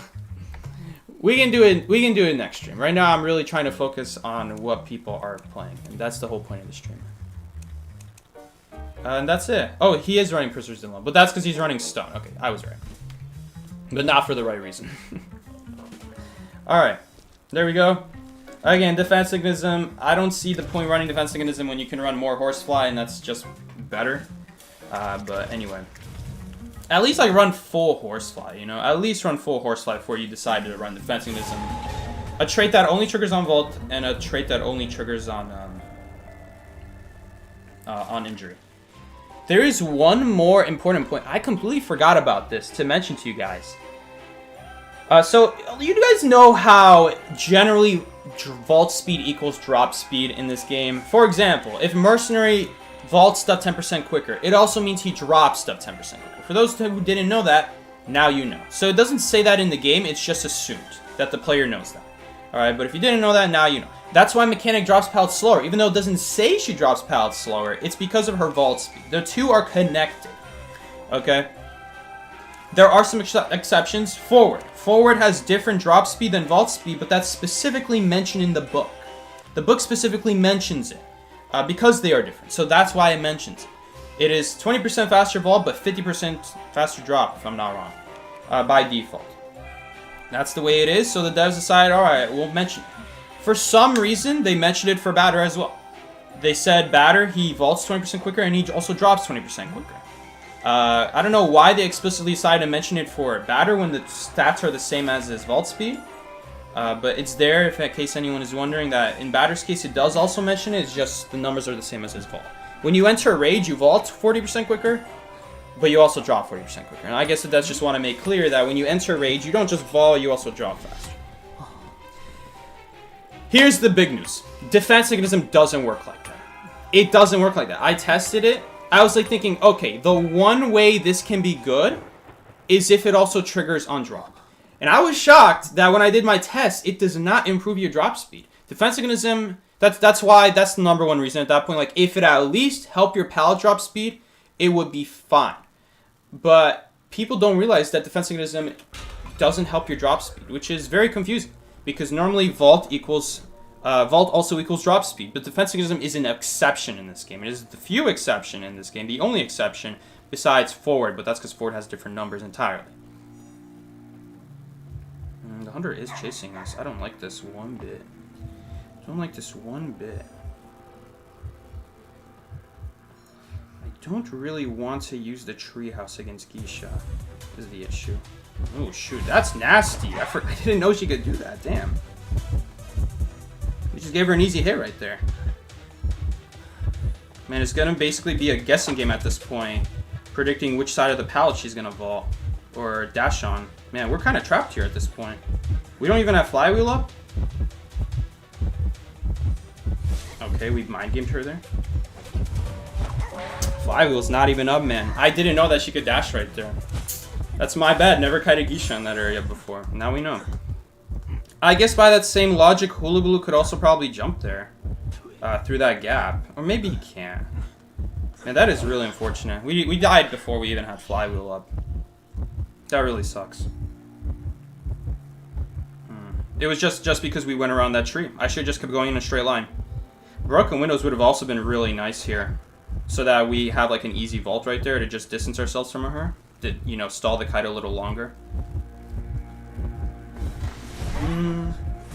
Now what are we gonna do? Nice. What? What is that BS? Okay, that's not my fault. What is that? That is BS, brother. Why is she teleporting to the other side? That is so stupid, dude. That should not have happened. Whatever. That's why I don't like kiting Geisha, because Geisha is that character where you either land the 50-50 or you miss the 50-50 and the Geisha didn't even do anything special. Like, that just happens. It just happens. I mean, what can you say? And defense mechanism is going to be completely worthless this game. I mean, unless we vault a pallet and predict a dash, but that's not guaranteed, like I said. I mean, I guess then it would be helpful. But we're going to use our flywheel first, I would say. And then we can go for risky predictions like that. I mean, it is a free rescue right now, but that's assuming we don't get farmed. Man, we don't even have companion effect. Right, this guy's not running companion. Dude, I swear if that teleported over the pallet again, I'd be fuming. Let's see what she does here. No, grab it. It didn't let me use the lasso. I was going to cancel her dash right there. That's such a shame. I mean, flywheel wouldn't help us there, though. We'd flywheel and then we would die right after. It was all because of the start of that kite. I say this all the time. The start of your kite is the most important. That's the most important kite. If the start of your kite is bad, it is going to be almost impossible to rebound off a chair after that. Damn, that really sucks. That really sucks, man. I didn't know she could do that, dude. I should have expected that. I mean, it happens. It happens. We're stuck in this corner again. When are they going to fix this bug? There's like a bug where if you stand in one part of your room, you might get teleported to a different part, just slightly away. We could have done a much better kite there. It was just that star. It was just literally that star. I mean, the tide turner as well. We could have rebounded there as well, and then that tide turner thing happened where she teleported through the pallet. That was just a really unfortunate series of events. Here we go. This is more of like a build that I would run here. Now, I don't think Will to Survive is that helpful, but the reason she's probably... I mean, I'm going to assume that she specifically put on Will to Survive this game because of Cowboy. I think that's the best logic here. Postman is also running Pallet Stun. Oh, but he's also running Defense Mech. Wait, he's also running No Bar. Yeah. I mean, I guess if you're running a Sui build, Defense Mechanism is fine then. But... so what should we play? Let's do a Rescuer. It's been a while since we did a Rescuer.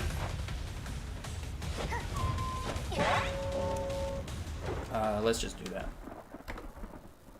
Man, really unfortunate. It was all because, like, I circled back to her, and that actually helped her. That actually helped the hunter by circling back to her. Man, if only we had, like, no, I guess nothing. I should have just taken a better route. Alright, anyway. If only we had a better route. There we go. If only we had a better route. That was the idea. So, I'm not going to do No Borrowed this game, because No Borrowed is the, literally, you don't know how to play at any 5 in rank if you're running No Borrowed. I mean, brother.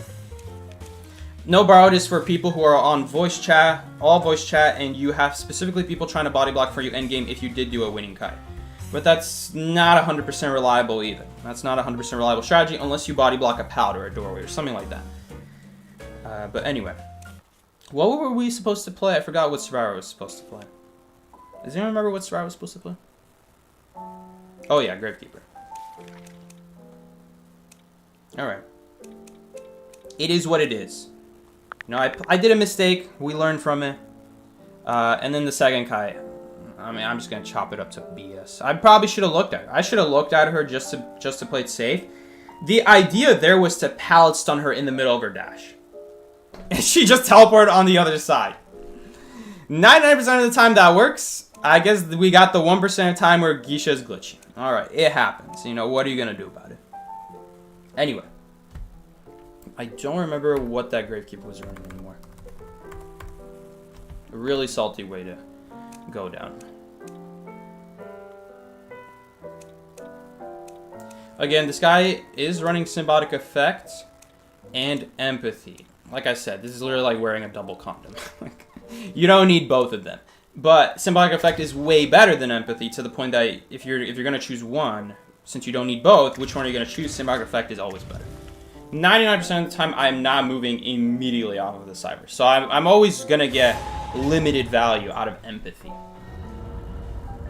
How are you deciding who to play? Oh, are you doing Flywheel Nature Cancer? Did I do that?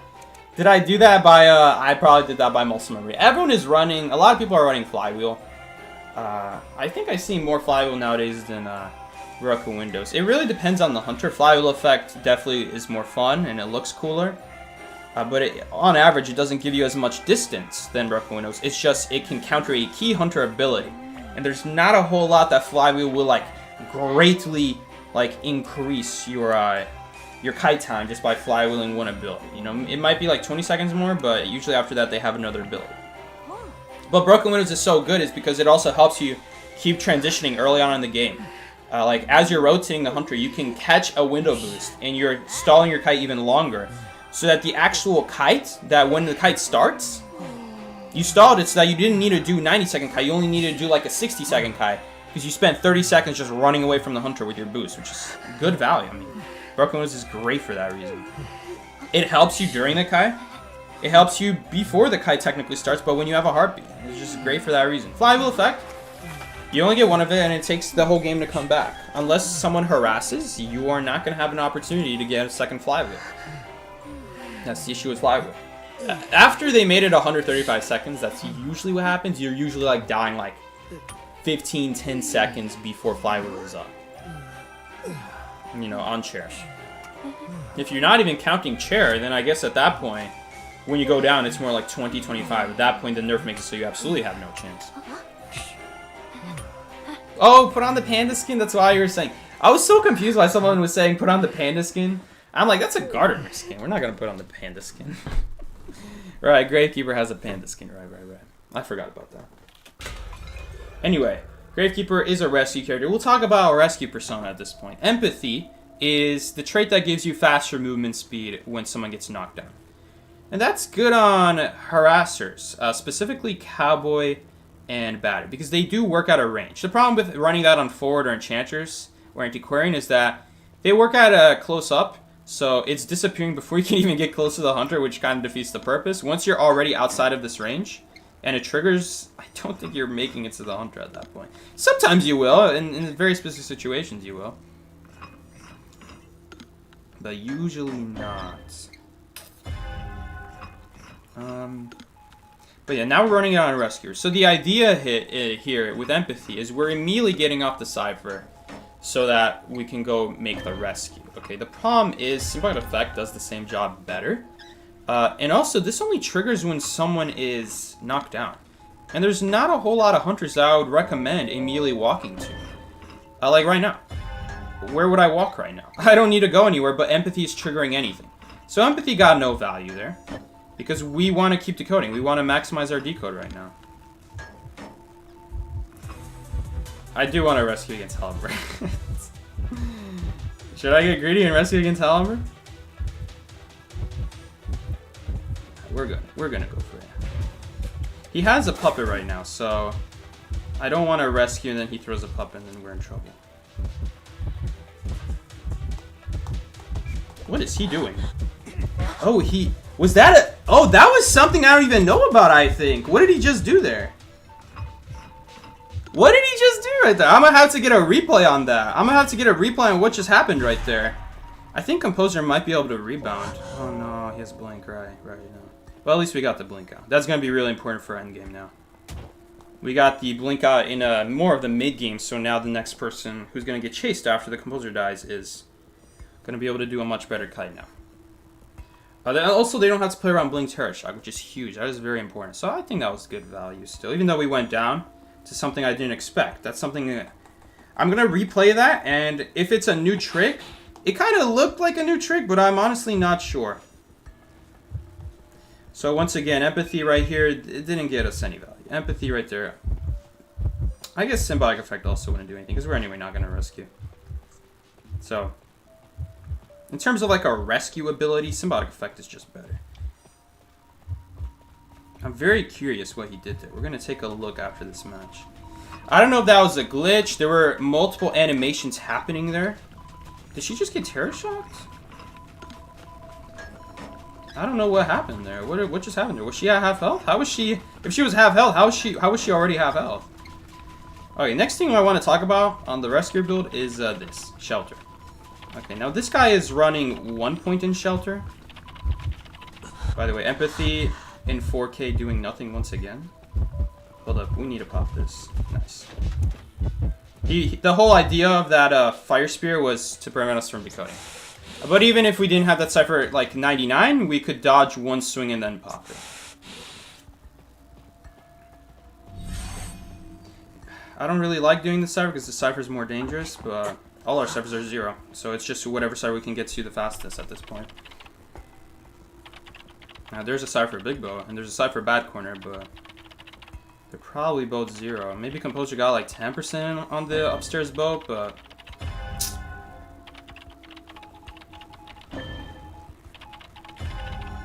if it's a fire spear, then she can kind of dodge it like a tentacle.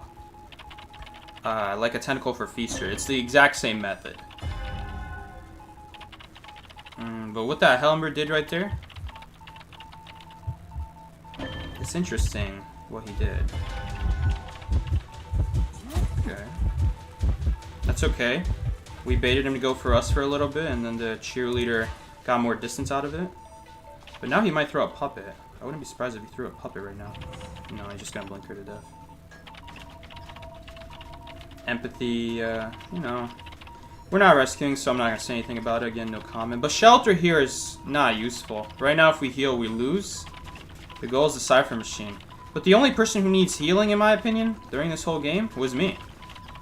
So, shelter has no point. Shelter has no point in existing for us. It is just literally worse than healing. We are the ones, honestly, who need the healing the most. Not anyone else. Let's see. Oh, nice. Is that a pallet drop? Value. I think he might just be waiting out my shovel here. Let's see if he swings. Man, you see how fast he is? You guys see how fast this guy is? I don't know if we'll be able to live here. Maybe we can bait a swing? Okay, well he just swung for us, so that makes it easier. But we're kind of quartered now, because now he's just going to wait for his next fire spear. Let's see here.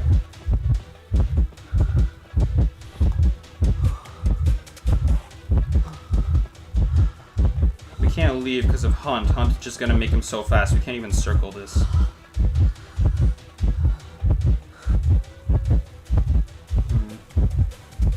He might just also be waiting for his blink.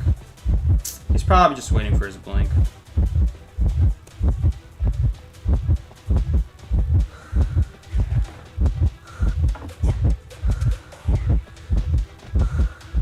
Okay. Perfect. We just need to make sure the fire spirit doesn't oh my god, hold up! Hold the phone! Oh my god, we just tied! We just tied because we made the fire spirit swing at us so he couldn't break the pallet. Fire spirit can't break the pallet if he's in the middle of a swing animation. Oh boy! Woo, we just won. We just won. Let's go. Did that guy run horsefly effect? Is this Gravekeeper running Horsefly effect? He definitely should be. Gravekeeper's a chaseable target. I forgot to mention that if you're not Mercenary, you should be running Horsefly. You have to run Horsefly in Gravekeeper. This is just free kite time. The less time you're in animation, the faster you can start moving to your next pal. This is a mistake. You absolutely need Horsefly effect on anyone who's not Mercenary. And I guess not Wildling. You don't need it on Wildling. So if I could change this build, you should not be running Shelter because this game it got us no value. Oh, he's running 2 points in Shelter. And most games it will not get you value. Horsefly effect would have been much better. It would have given us, I don't know, less time. Just less time in animations is more time running away. It's simple as that. That's just how it goes. Anyway, luckily for me, that guy was not waiting out Blink. I mean, now that I think about it, Blink was not going to be up. Blink would have been 10 seconds off. Blink would have been like 10 seconds off before detention runs out. So he would have gotten it, but he would have gotten it after detention runs by a few seconds. Because he just used Blink, and then like 25 or 30 seconds later, we popped the Cypher.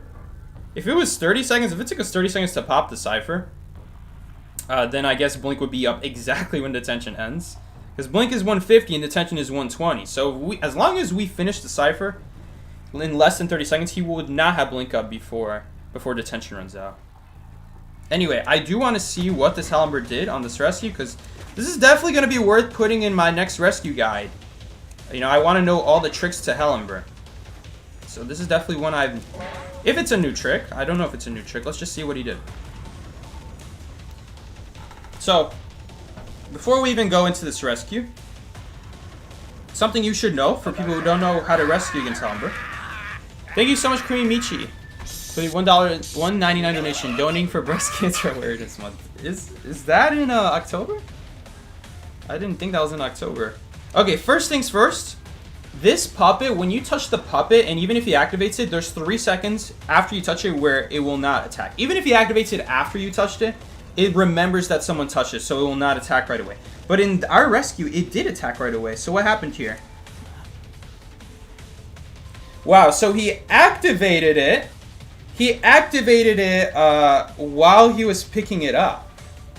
Okay, and I guess, I didn't even know that was possible. But the thing is, he put himself in an attack in a pickup animation, so he couldn't swing right away. We still got the rescue off. But honestly, we could have avoided that puppet damage by touching the puppet one more time, expecting that. I mean, we had time. It's not like the Fire Spirit is going to attack right away if he chooses to go Fire Spirit. So that was my bad, I guess. We could have touched the puppet one more time. So right there, he did something I never knew about. You can cancel... that blink wasn't really good. He didn't need that blink. He was going to kill Tempted right there anyway. I guess he's trying to kill him as soon as possible though as well, because it would have taken longer than Tide.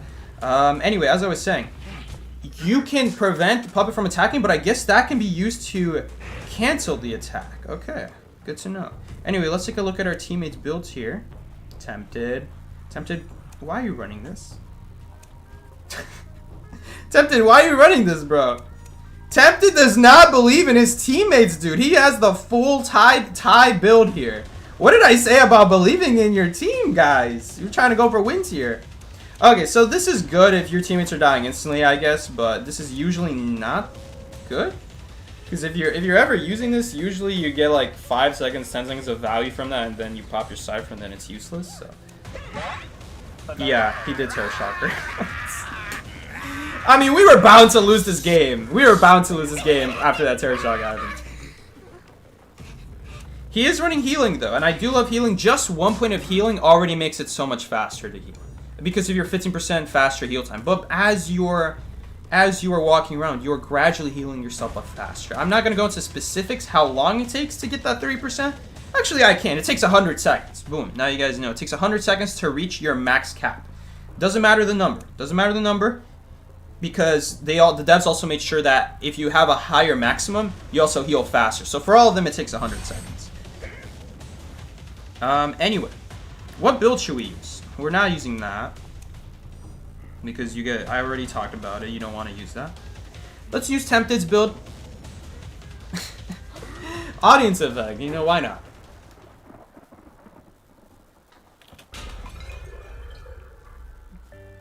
I was thinking about audience effect, but I mean, it just doesn't make sense because I'm at the end of the day.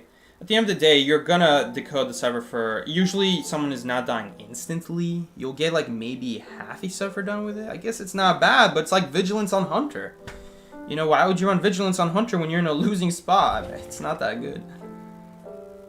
It's good on Helmbra, I guess, because he really depends on the chair. So as long as you can get the chair, that's what matters. Yeah, let's go ahead and make the build right now. Maybe if we match right now, we'll be able to get a second match in before rank ends. So I'll start matching, because it is A51. We might get another match after this if I'm really fast at picking our next build. Right, so we'll take audience effect. Obviously he's got companion effect. This is a waste. Why are you running this on composer? And he's got 2 in defense mechanism. Right now, I've already said how I feel about defense mechanism. You guys get the idea. It's mid. Okay, it's mid because it only helps your vault speed. If it at least helped your drop speed, it would be good, but I tested it. It does not help your drop speed. It only helps your vault speed. So, I mean, how many times are you vaulting in your kite? It depends on the hunter at that point if you want to vault against him. You know, something like Yusha, unless you have window boost, you don't really want to vault against her, but he does have broken windows, so it makes more sense. So pretty much regardless of Hunter, it is always going to be good to vault a window. But yeah, this is a 100% a waste. Maybe he forgot to take it off. Anyway, this is Tempted's build. Tempted is a great survivor, which is why I'm surprised he's running this. This is not good. Healing though, healing. I'm glad he's running healing. This is a very underrated perk. And unfortunately, he is running the overrated defense mechanism, but it is what it is. This I also don't agree with, but maybe if you're solo queuing, maybe it's good then.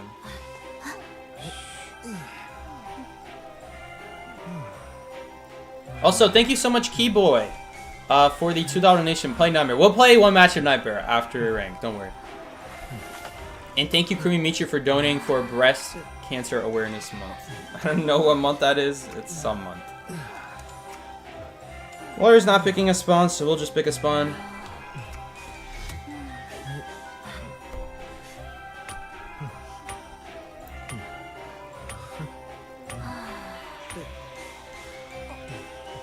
Alright.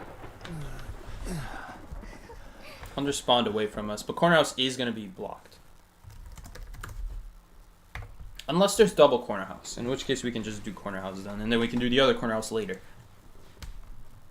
I haven't been reading chat as much this stream because there's just so much explaining to do, so much focusing. Even during the matches, I'm not getting a break. So, oh, I forgot to update the counter. Shoot. Oh, great. Wheel. So, this is not good. Wheel is that kind of hunter where if you don't get a head start on the window, you will get caught out in the open. So I wanted to have a little bit of a head start there in case he goes our direction.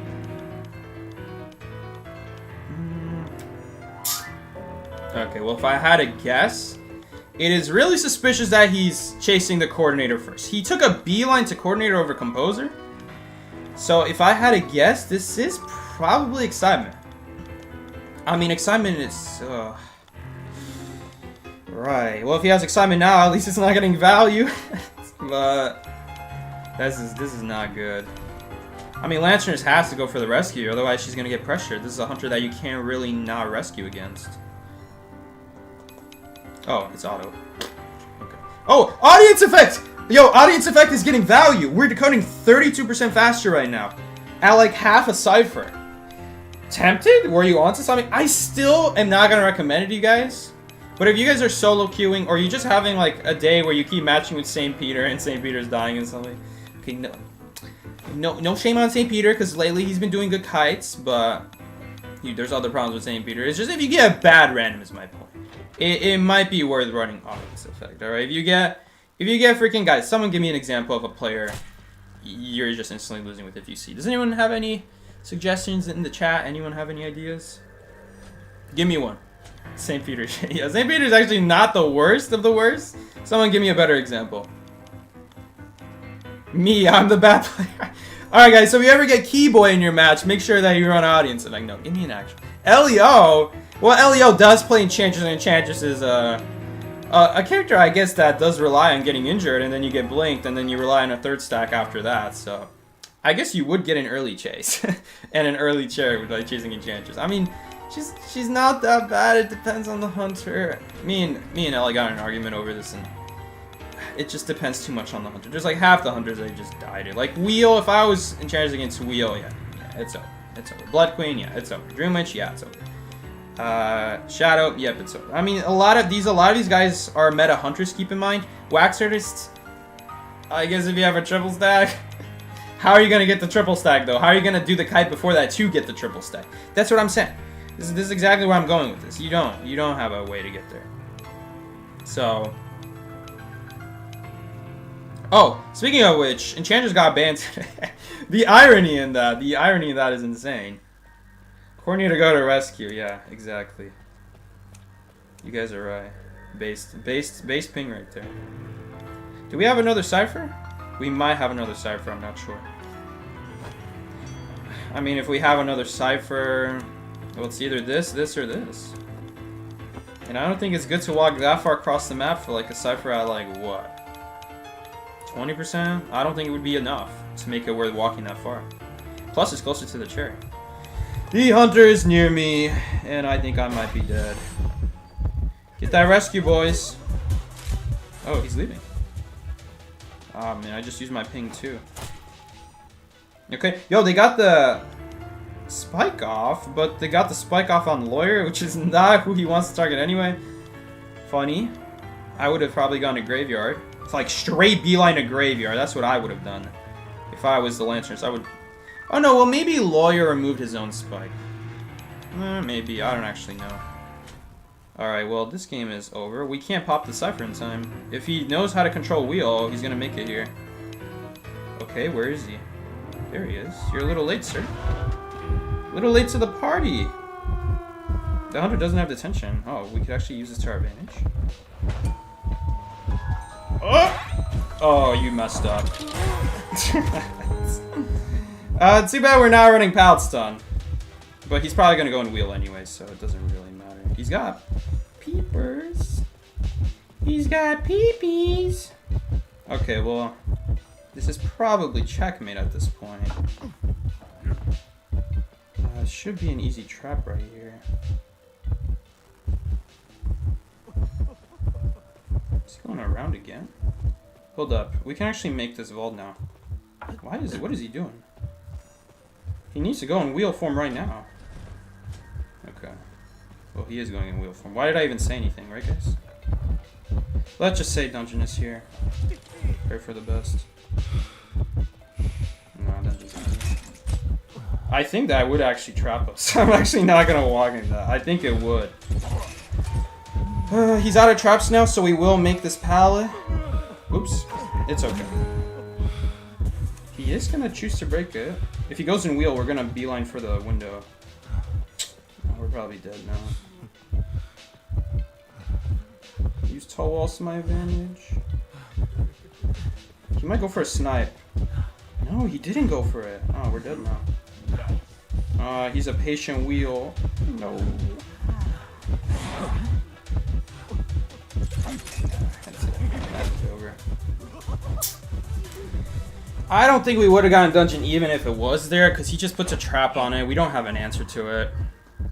Oh, we should have surrendered right there. I mean... It's 9 o'clock right now. I don't know. Maybe it turned 9 o'clock right as I checked if Dungeon was there. We wouldn't have made it, though. There's no way we can check. Well, it's staying 9 o'clock, though. Maybe it literally just now turned 9 o'clock. Okay, well, maybe we would have. I don't know. Oh, yeah, Gordo Emo. Thank you, guys. Thank you, Joseph. Gordo Emo. Yeah, if you get Gordo Emo, go ahead and put audience effect on your build. I mean, brother. It's so bad. So garbage. There are some people that are just like, holy crap, how can you be this bad? Alright, well, there we go. Yeah, it did just turn 9 o'clock, so maybe we would have had time for one more match. Alright, anyway, guys. Let's make sure to get rid of that Composer build, because I never want to run that build ever again in my life. Goodbye. And let me quickly double check all my characters here that we played today, so that I don't have, like, Because here's the thing, I swapped my build, and then that build used to be the Gravekeeper build, and then that build was changed to the Composer build, and so now that I deleted it, Gravekeeper's gonna have broken windows. So give me 1 second to change everyone's builds real quick. Make sure everyone is running the same thing. What did we play today? We played Mechanic, so... I mean, you could just run broken windows. It wouldn't be bad, but we'll run Flywheel, because she's that kind of character that tight kites pallets. Anyone else? Cowboy, yeah. Cowboy can stay broken windows. He could honestly be Harasser because, he does need the increased healing. Like I said, not Will to Survive. Empathy might be useful, but it is also kind of expensive. 15 points just for empathy. I don't know. You're probably already in range, is the thing with Cowboy. Who else did we play today? Acrobat. I mean, I carry him default. Barmaid. Honestly, I don't know if the healing is that great on Barmaid, but that's what I think I ran before. Gravekeeper had broken windows. You can have Flywheel. Although broken windows is also really good on this regular Vaulter guy, so you can't argue with either. Anyone else we played today? Antiquarian, Cheerleader. With Cheerleader, we're gonna run broken windows. I think that was it. Alright, so what would I say are the best builds?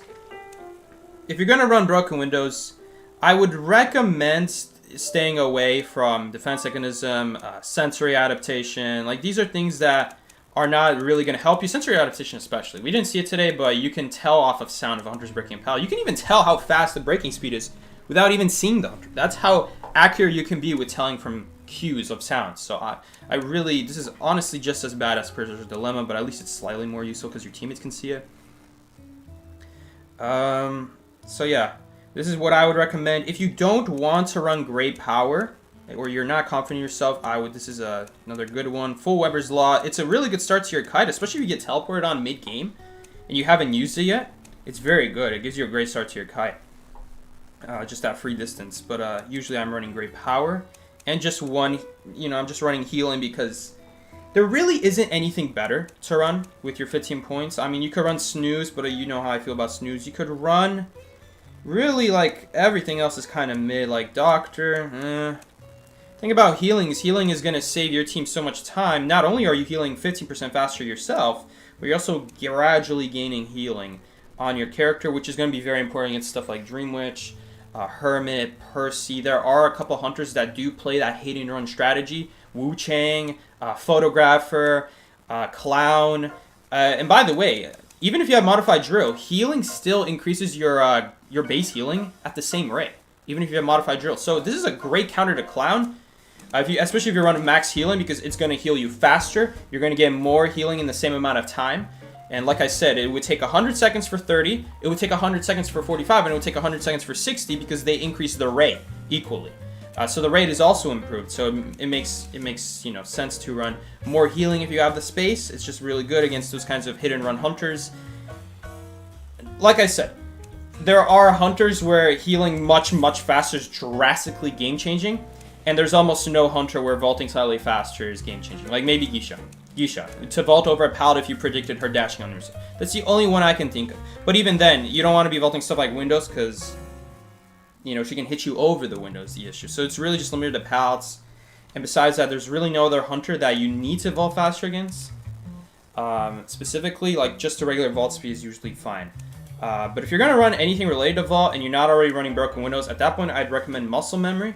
Because you're anyway running Horsefly Effect, so it's not like Weber's Law where you're wasting points on something you're not going to use in your kite. At least muscle memory is not only helpful when you're at full health, but also you had to anyway get Horsefly Effect because Horsefly Effect is anyway so good. So it's not like you're wasting 15 points getting muscle memory. Horsefly is already something you're anyway going to run. But I still wouldn't recommend it. I'd still rather have something like Great Power or something like that. And again, Snooze. If you're worried about dying or it's a tournament scenario where you guys are going to go for ties, and ties mean a lot in tournaments, especially with a meta where hunters can win so easily, a tie is actually like a win nowadays, so Snooze has more value there. Like an audience effect. I mean, you could argue to take one upgrade power and put on audience effect. Personally, I have faith in my teammates. I try to have faith in my teammates. Like, you call me back, my phone is not near me. That's why I didn't pick up. That's the Broken Widows build. I basically covered all the options, but Spectator or Flywheel. I call it Spectator because that's what Flywheel used to be called back when it wasn't even Flywheel, back when it was like faster healing on other survivors, which was awful, by the way. Again, I'm not running muscle memory here, but maybe on mechanic, maybe you could. Like, it wasn't bad. That mechanic game, and honestly, wasn't bad. Like, we got one vault in, and it was a hunter where it's like the type of hunter where you just do one vault. You know, you need to do one vault, and boom. But generally speaking, muscle memory is like not that great because the cooldown is just too long. You know, hunters that you want to spam vault against, this is not getting value most of the time.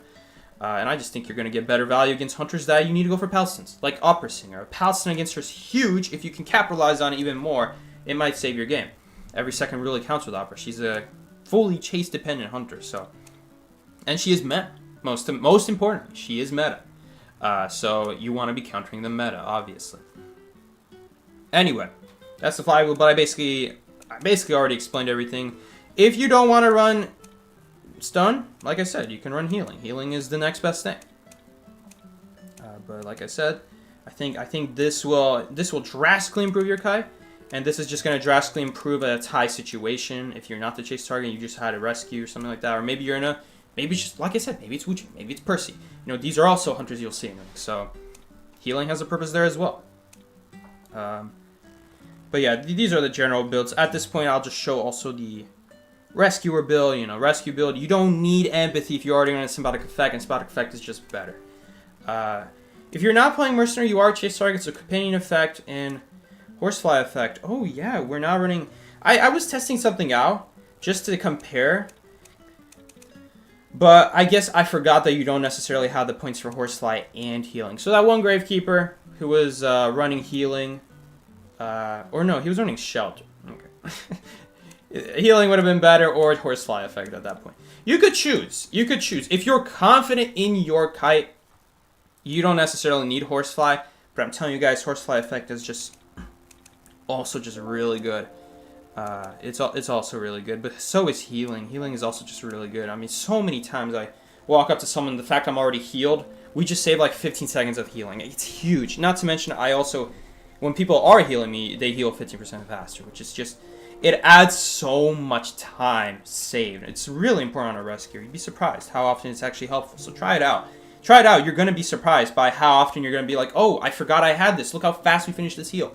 Like instead of spending an extra 15 seconds, we're immediately splitting our resources. Like Gravekeeper can immediately now go to Cypher. This guy can immediately go to Cypher. We're not spending time being together just to get a heal done as long. So it's really nice.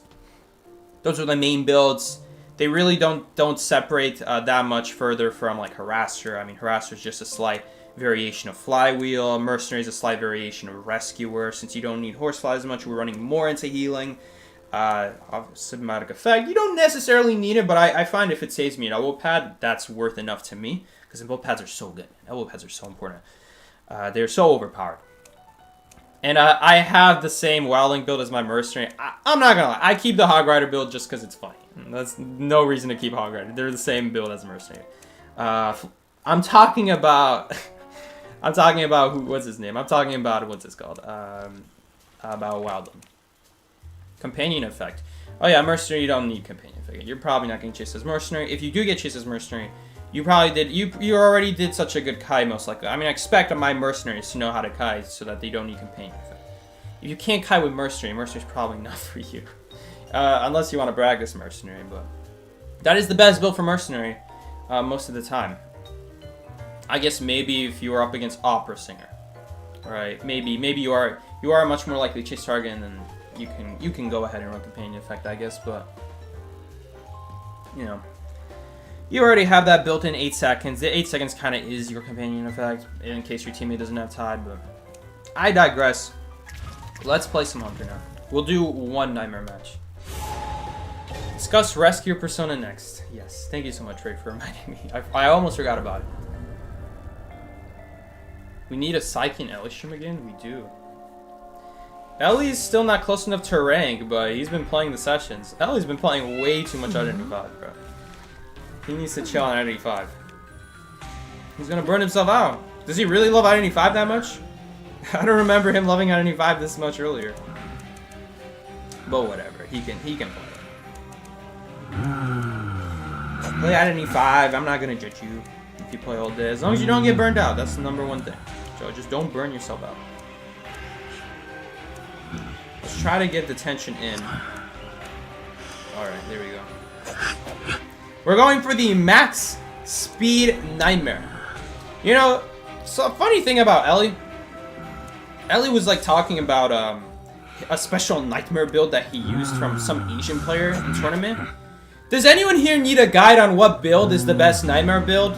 Do you need to see an Asian player's build to figure out that nightmare is really good with detention? Is really good with Hunter's Instinct? Or maybe he's now running Hunter. Maybe he's now running Trump Card. Maybe that's what he means. I am running Trump Card. Oh shoot, what's my trait? Uh-oh. I didn't check my trait. I think it's a pretty mindless thing to run faster breaking speed, detention, and Trump Card on Nightmare. I think it's pretty easy. I think anyone can figure it out. And obviously you're going to run Panic, because Panic is the indirect Cypher Rush counter in this game that no one talks about. That's why I got nerfed. Because I'm sure people in China notice these numbers, but no one here is really talking about how good Panic is. Like, people, guys, Panic got nerfed by 0.5%, so 2% slower decode, and it still reduces your decode by 10%. But because you're running Panic, you're also running Deteriorate, which decreases by a further 5%, guys. Guys, that's huge. That's huge. The whole squad, if everyone is injured, then the whole squad is decoding 15% slower. That's huge. That is absolutely huge. Ugh! No, I mistimed by once. Oh, he blocked it. I didn't even notice. Why would he do that? Hello. Well, we're just gonna have to wait it out. This is Puppeteer. Oh no, we could have. I mean, we. Oh my god, what is this guy doing? Fake jump? It's not in range, but he didn't know that. I'll take a free hit on you. We could chase whoever we want. We're gonna go for Puppeteer because he's just closer, but we can chase whoever at this point. Also, I should be using my Crow, but I'm so bad at Nightmare that I'm just trying to focus on actually getting my target here. Because it's so easy to get caught on a random piece of crap on the ground. A dog could crap on the ground and you would get stuck on it as a Nightmare, I'm telling you. Okay. Oh. Well, that's just me at that point. He went left. Interesting. Why would he go left? Or did he hide his tracks? Did he make it look like he went left and then started walking? No. That would be too smart. I mean, I doubt a half health and Smalls is going to go rescue, but you never know. We're playing with low tiers. Better safe than sorry. Oh no, he's right there.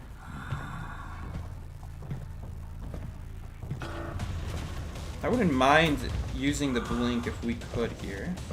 What the hell? That's important information for later, that he has flywheel. Uh-oh! I forgot you get thrown forward. What is she doing? Nightmare! What are you doing?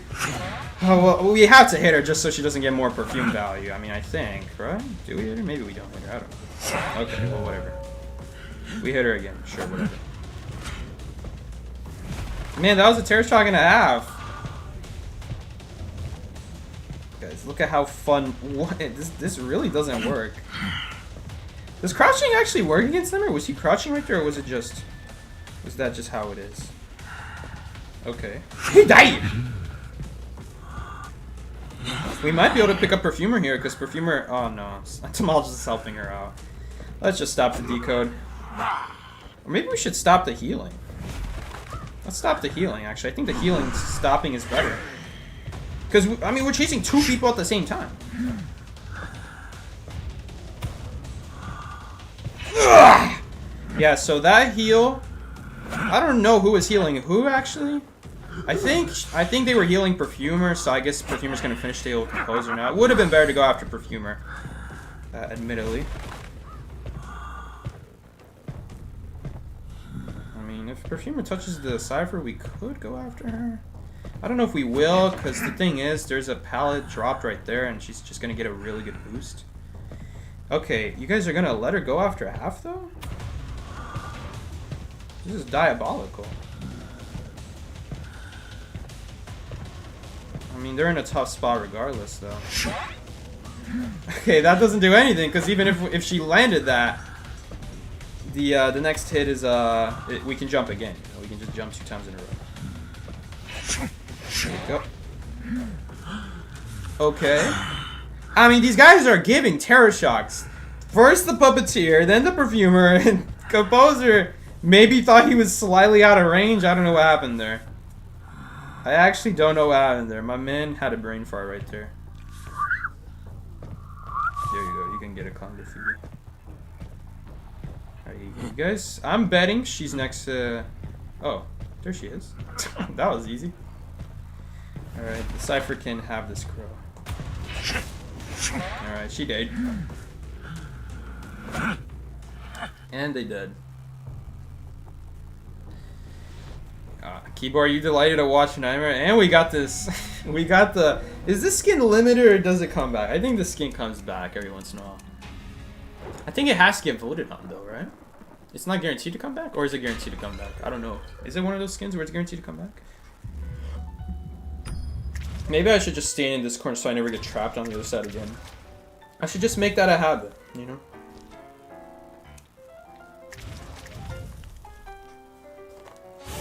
Psyche, I'm very delighted. What do you want me to draw? You don't need to draw anything for me, Keyboy.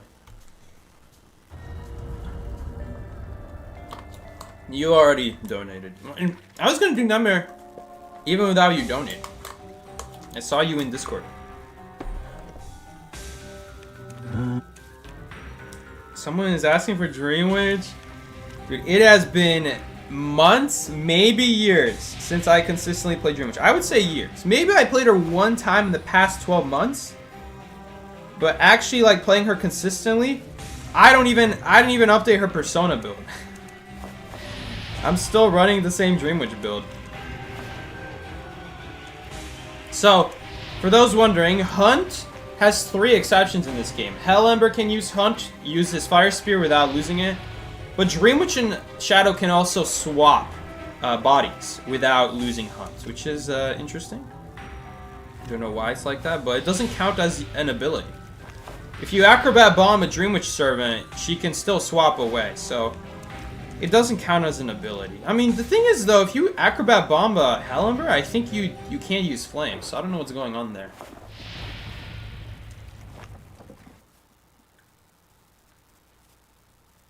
It's a little bit inconsistent. You can tell Psyche's muscle memory after you clicked rank twice on accident. Listen, that used to happen. Listen, I can't remember. It always swaps. Nowadays, since I'm the room host, the muscle memory is survivor rank. But back then, when other people were always the host, I would always press Hunter. If I'm ever by myself, I would just play Hunter. I wouldn't play survivor outside of rank. And since other people are always the room host, they would press survivor for me. So for years, the norm was actually Hunter rank. Or not Hunter rank, but just Hunter. Is the, man, she's just giving a free hit. Hunter rank is actually the what's it called? The norm, the muscle memory. Oh, I guess that she doesn't have much purpose for the Lanternist ability. So she's just using it for a 10% speed buff. Okay. Yo, the leech is so stupid. Look at my leech follower. It still thinks she's there. I didn't know that. Man. Roller Coaster's actually really good to the, what's it called? To Dream Witch. Because that servant wastes his time for so long. I mean, obviously there's a different problem, though. Is that the main body is still coming after you is the issue. Yo, can I put a servant there? Okay, it is what it is. Don't pop it. Oh, it's not even close to popping.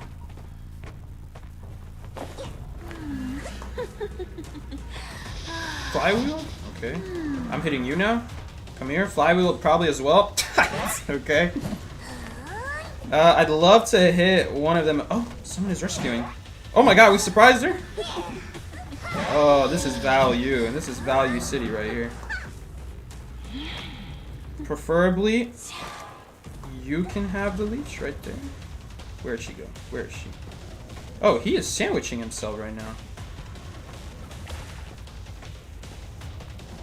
Okay, we'll take him. Is there anything else we can do with the main body? I guess we'll keep the main body here in case we have an opportunity to leech someone else afterwards.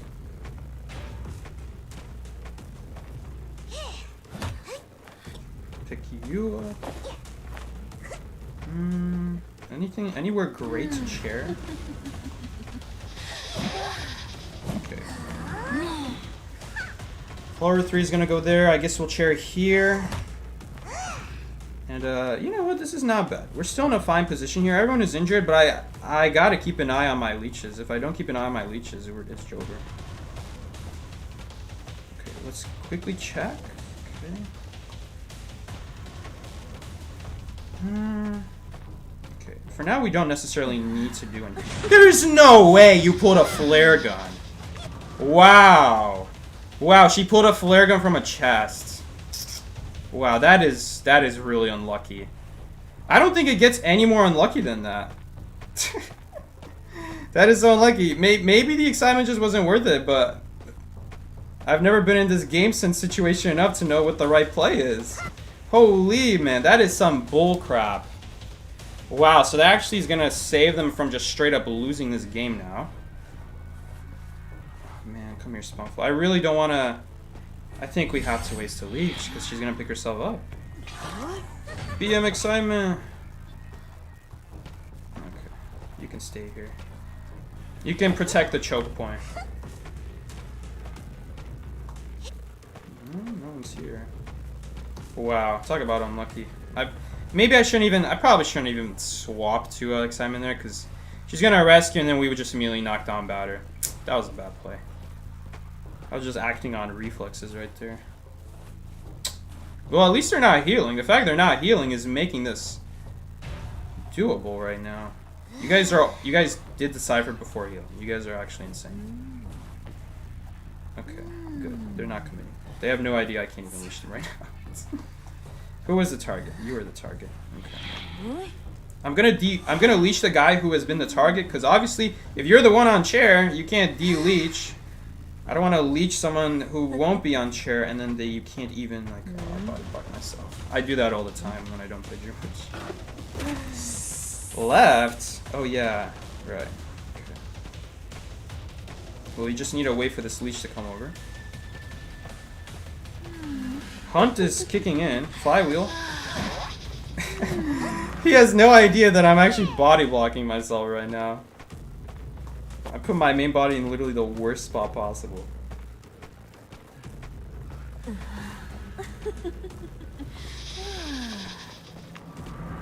Well, we're still in a pretty good spot here. We have Berserker. I'll hit you. Berserker's really fast. Oh, maybe we shouldn't have, because, you know why we shouldn't have hit her? Because I forgot. Touch effect is a thing. Touch effect is a thing nowadays. Bro, why are you guys double risk? We're gonna go for a farm here.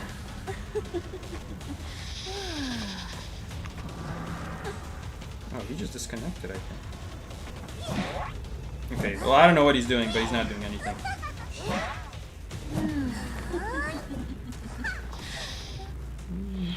You're gonna be the next target. And I'm gonna immediately chase you, because otherwise they're gonna de-leech immediately. I'm gonna keep you here. We'll be back. He flywheeled. Okay. He's still here. Let's move you now. He's leaving. He disconnected? Okay. Well, I'd like to save the leech if possible.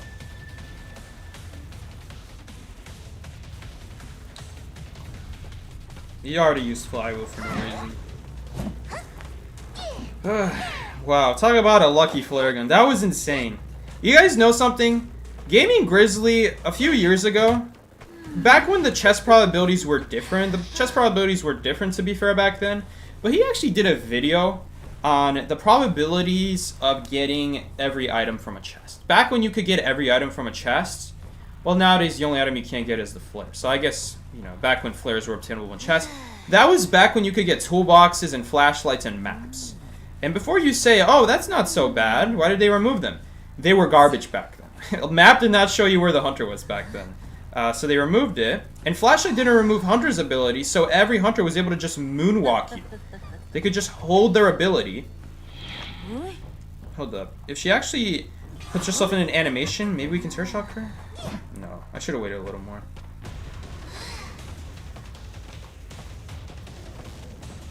Can you go back to my spawn follower? I don't want to use this leech. Whatever. We're chasing with excitement, guys. Excitement OP. I mean, we can still get her with hunt. We can still catch her with a hunt. We just need to wait 7 seconds. But we can't put ourselves in any animation. Hunt, hunt, hunt, where are you? Oh, it came too late.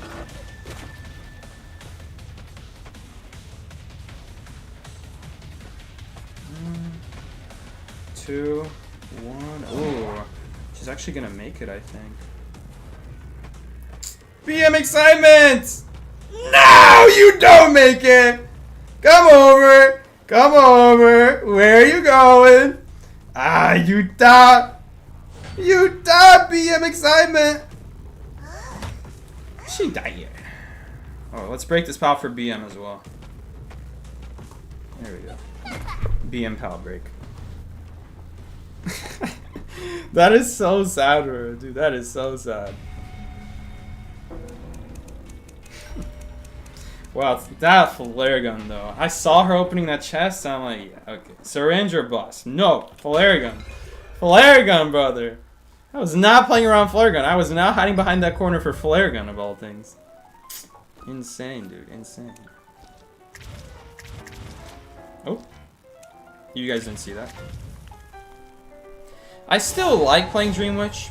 It's such a cool character that, you know, if you know how to control choke points, multitask, do different things.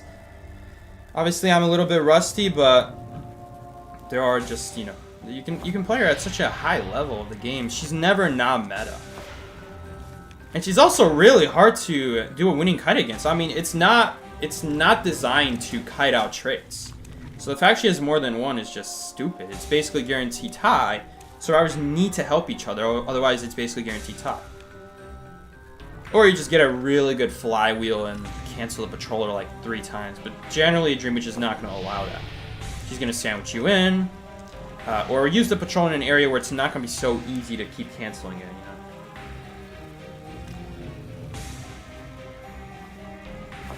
What should we play now, though? You know, I always love a good clown match. It is really not clown. I love a good Hellenberg. It's pretty bad to be Hellenberg on Church though, because they vault the window and you lose your hunt. There's nothing you can do about it.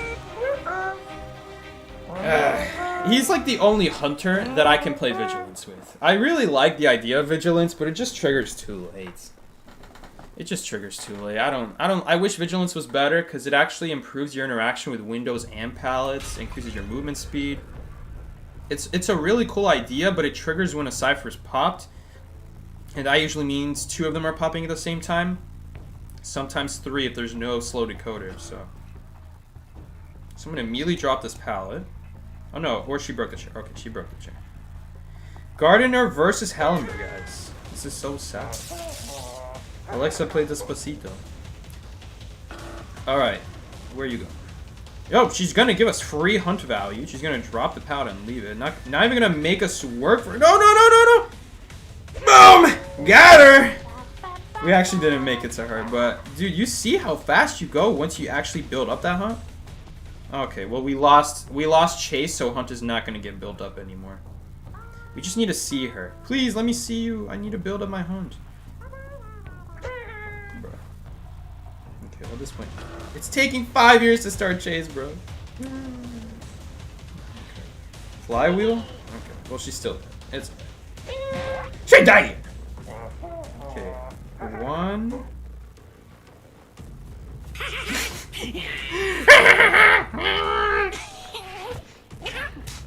I'm convinced that the voice actor for Clown, long time ago, this used to be Clown's voice, long time ago, but not every voice. Only the pickup noise was originally Clown's voice. I love his noise for repairing rocketers, though. We need that back in the game. Oh, I should have blinked her right there. She did.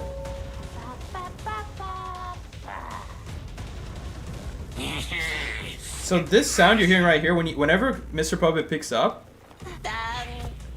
that used to be Clown's pickup noise, a long time ago. Now I'm guessing that originally those Clown noises were either going to be Mr. Puppet's or Clown, but they reused the voice for one of them and gave it to the other. So now these hunters used to have the same voice. Does she know to touch the puppet? She's not. She's not even touching it. The thing about the puppet is I never actually like to light it up because it's so easy to deal with. You just touch the chair. But maybe we could do that trick that one Helmer did. It just, why would I though? Ooh. See, the issue is this cheerleader's kiting away from the ciphers. I need my puppets to go patrol the ciphers. Okay, I never said this. I forgot to say it earlier. The puppets patrol ciphers. They have to get within like 12 meters of a survivor to actually realize there's a survivor nearby. Okay, what was the point of that? Flywheel? I mean, probably not. She's already running broken windows. Man, I just hit right as they're gonna trigger it. What are you doing? Yo, Dad! I love the red puppet trick so much. It's so cool. So basically, for those that don't know, the red puppet has a glitch, and with this glitch, you're able to swing while switching places with the puppet. That's not intended. The yellow puppet doesn't have that glitch for whatever unknown reason. Whatever Identity 5 laws there are, for some reason, the yellow puppet doesn't have that glitch. And the devs thought this is so cool, this is so fun, that they just decided to keep it in. They just decided to keep in the red puppet glitch. It's so... I mean, I love the devs are cool like that, but there are other things that really I don't want to be in the game. I really don't like drop-down hits for basement. They really should not be a thing, or any drop-down hit in general, but I guess it's whatever, you know? Yo, Dad! Okay. Good thing we repaired this rocket ship. And they did. But yeah, the red puppet has this glitch where you can swing during the animation of switching with the puppet. Normally in this game, you're not allowed to do anything during an animation. There's exceptions with the top tier hunters right now, which is part of why they're S tier. But generally, if you put something in animation, you're not allowed to swing, you're not allowed to break, you're not allowed to vault. That's why, like, when Violinist throws out his no, you can't just throw out a note and then immediately attack. Or like Feaster, you hit someone with a tentacle and then you can't just spam attack to tag them. It literally prevents you from doing it because of the animation. So, it's supposed to be the same way with Helen. But it's not like that with the red puppet. Because of that, with the red puppet, you can hit someone, like at the start of the stun, you can hit someone in between the red puppet and you, and it'll count all as inside that in-between as like being in his hitbox. And then there's like the last glitch where you attack at the very end, and you attack right as you switch spots with the red puppet across the map. And so that poor prisoner, he was trying to destroy the puppet. I swapped, he tried to run away, and I immediately swung during the animation. So he didn't even have a chance to kite. He just immediately went down because I did the glitch, basically. That's the glitch. You're able to swing during the animation. It can be at the start, it can be in the middle, it can be at the end. It's cool. It's one of the cooler glitches in this game. Especially because Hallenber sucks, you know. It's fine, he can keep it, you know. He deserves it. Huh? Why does Saki always cook with Mr. Puppet? Well, part of the reason is because they're not going to pallets. Or the good windows that would get rid of Hunt. I mean, but the other half is people just don't know about the things you can do with Hallenber, you know? Part of the problem is no one plays Hallenber, and so, like, an experienced player... I'm basically a bully, if you think about it, because these poor guys, if they just knew about it, they probably would be a little bit more careful around the red puppets, you know? But like last game, we had 2 Terror Shocks in a row because the red puppet glitch, with survivors thinking that you cannot interact after you use the puppet. Which is true with the yellow puppet. You do get in a slight animation. But that's not true with the red puppets. You just completely skip that animation.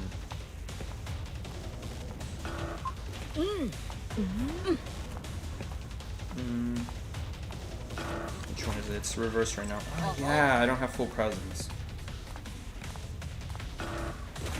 Go get her! She's gonna have to use her stick now. No, I thought she would use her stick. I wasn't ready for it.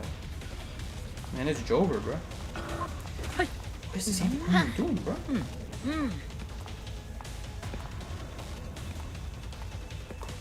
I'm getting guided by just anti-Corin using her stick. She's not even using it to like disarm me. She's just using it to just run away from me. It's so annoying. Okay. Problem with warping here is free hit. Thank you. I'd much rather chase you. Issue is that she's also got abilities.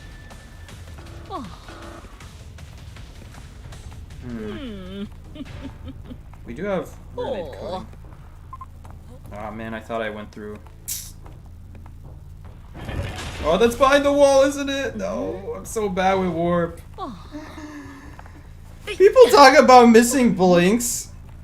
For me, it's warp. For me, it's because I never play Hunter. I never play Hunter like I used to, so this is just one of those things that I just haven't been improving with because I'm not playing Hunter.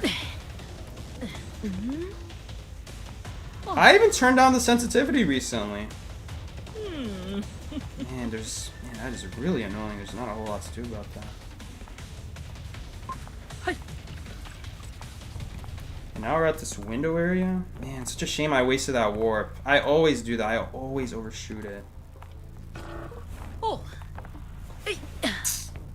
Always overshoot the warp. I think we can get her if we slow down her vault. No. So, man, now we're basically screwed. We don't have anything. I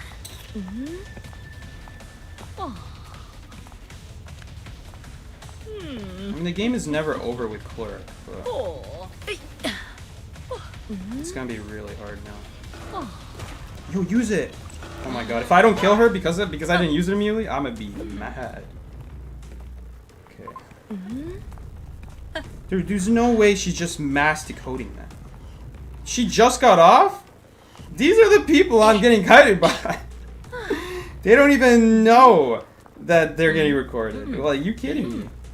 Look! I'm looking at you, you're not getting off. I wonder if they're just gonna go for the... Are they gonna sell her? They're not gonna sell her, are they? They're selling her, dude. They're selling her right now. Yeah, look at him. He's not even getting off. Okay. Man, too bad we don't have a withering effect. That's not gonna be before half. No way.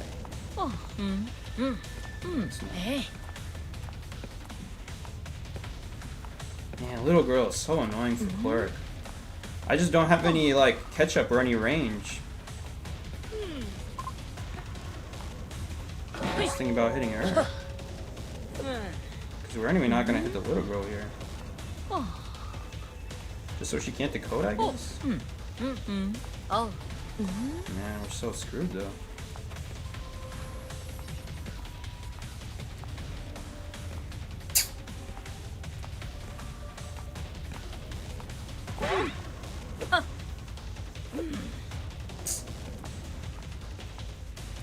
Are we gonna stall this game out? I have no clue. No, I missed! Oh, he anyway uses the ball, right? At least we made him use the ball, but... Dude, we're in trouble. It was just that bad early game.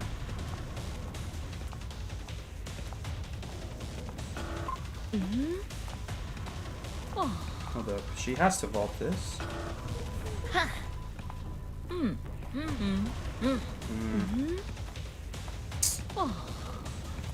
Dude, at least I have impulsive. No, she knows how to use it.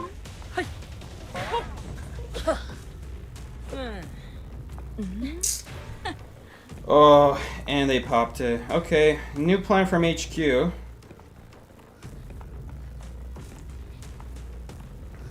Nice bomb. New plan from HQ is dropping. She didn't get off in time, by the way. I'm gonna actually do it. Hey. Probably should have taken Blink this game, honestly. My bad.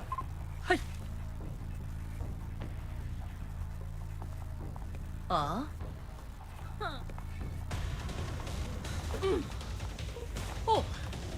The game's not over necessarily yet. What is he doing? Oh no, how does that hit him? You're kidding! Oh my god, why? Why did that hit him? We don't have enough pages to keep blocking it forever though, is the issue. Okay, you're done.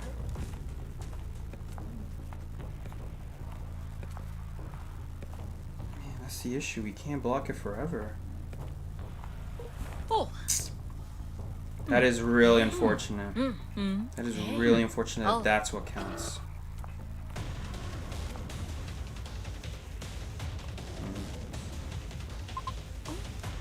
I wasn't watching. I mean, if Anticorn jumps down here, he is dead on chair. Did they? No, they didn't touch the cipher. But why are you coming up here? I'm just trying to tie this game at that point. Flywheel.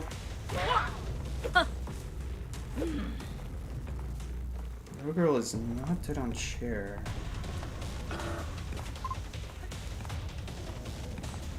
See, the problem is we don't have anything for like chasing people. We don't have any recordings for chase.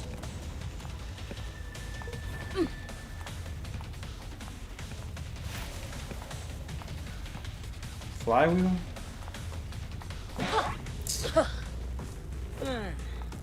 This guy's dead on chair. Definitely gonna pick him up here. Maybe should have blocked the other gate here. I think it's opened anyway though. Yeah. Probably gonna need a swap to excitement here.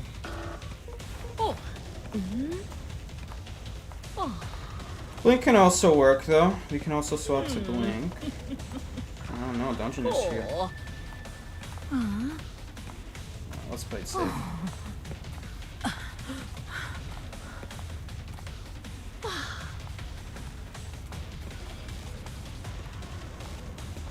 Let's see. Okay, there's the flywheel gone. There we go. Still got a time. Yeah, I probably should have taken Blink there.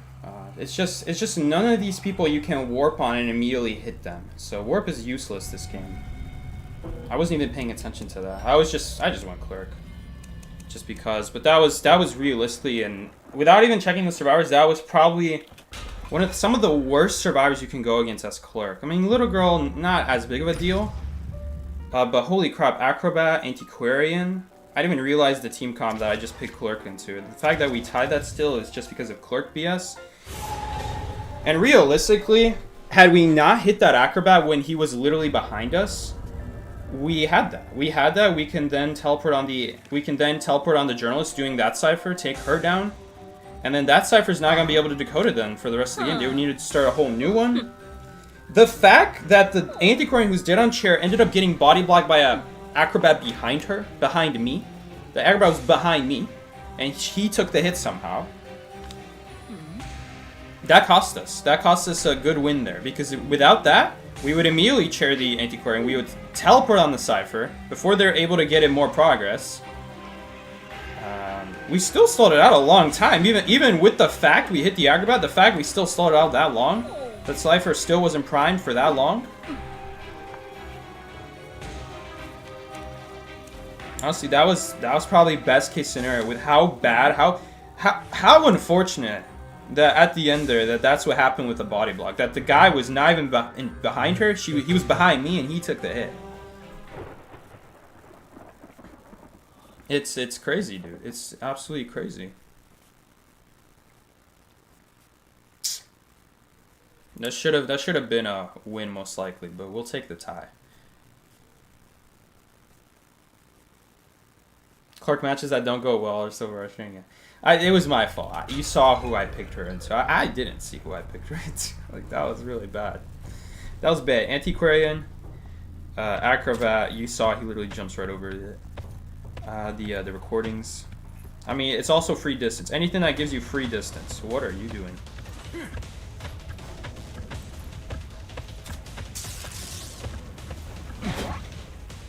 Anything that gives you free distance, man. But Antiquarian particularly, it's not so much the speed up that's the issue. It was what's it called? He has to use a jetpack here. Okay. Airplanes is usually not that easy for Go Man, but this guy didn't use his jetpack right there when he should have. And the first jetpack was pretty bad.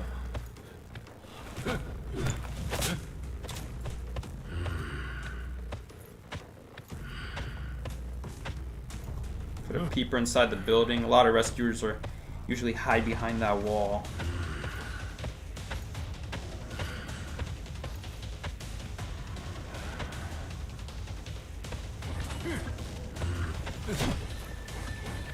Oh, I didn't mean that.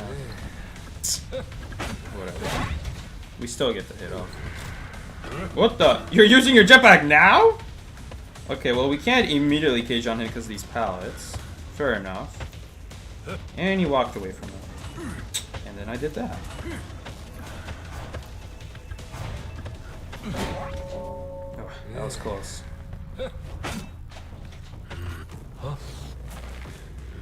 Oh boy.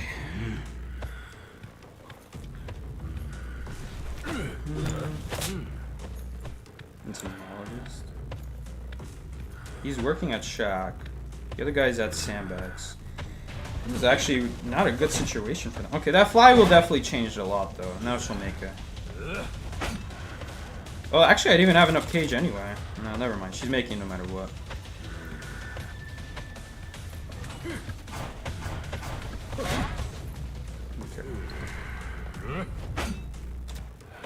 Well, we're in a pretty good spot here.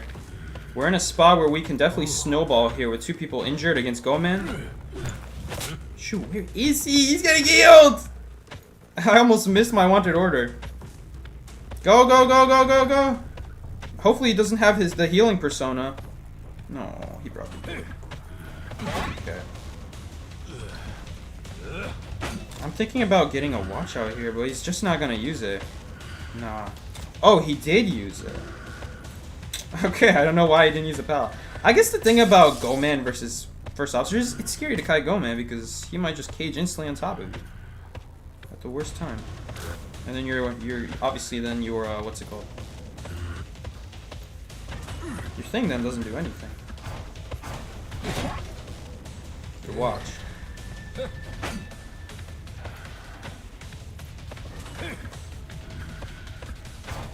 Ooh, he went for it, bro.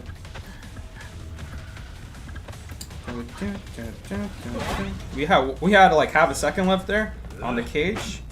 You can tell by the sound of the cage, by the way. The cage makes like a little, I wouldn't call it music, but it makes a tune. And you gotta listen for it. And that's like your indirect timer for how long the cage has left.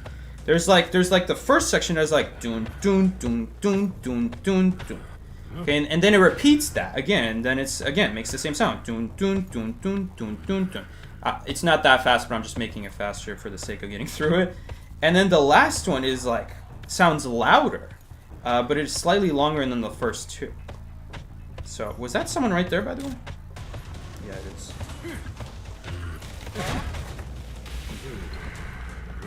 He came to us. How nice of him. Okay, now someone else is here. Is this within range? I actually don't know. I'm just gonna play it safe. What should we do here? Oh shoot. What She broke the cage. It is what it is. Keeper is not picking anything up till it's too late. Okay, unfortunately, this is the guy we don't need. We need the other two. I don't want to let him get away here. I don't know if they have another cipher with good progress. This one doesn't have any progress, though, so I don't really care that much about that one. Can't remember. Is this guy dead on chair? I think they're both dead on chair. Oh, no, they're not, because this guy just chaired. Just chaired them earlier. Okay, well, he came to me for some reason. Flywheel? Oh.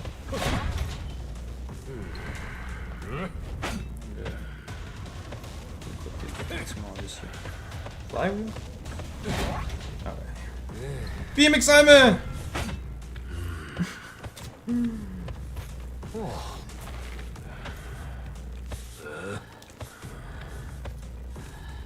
Yo, dead. So I guess now we can listen to it. You guys can listen right now. This is the first section, and then the next section. And you can kind of use it to figure out how long the cage has left on it. Oh, you're still waiting here. Bye!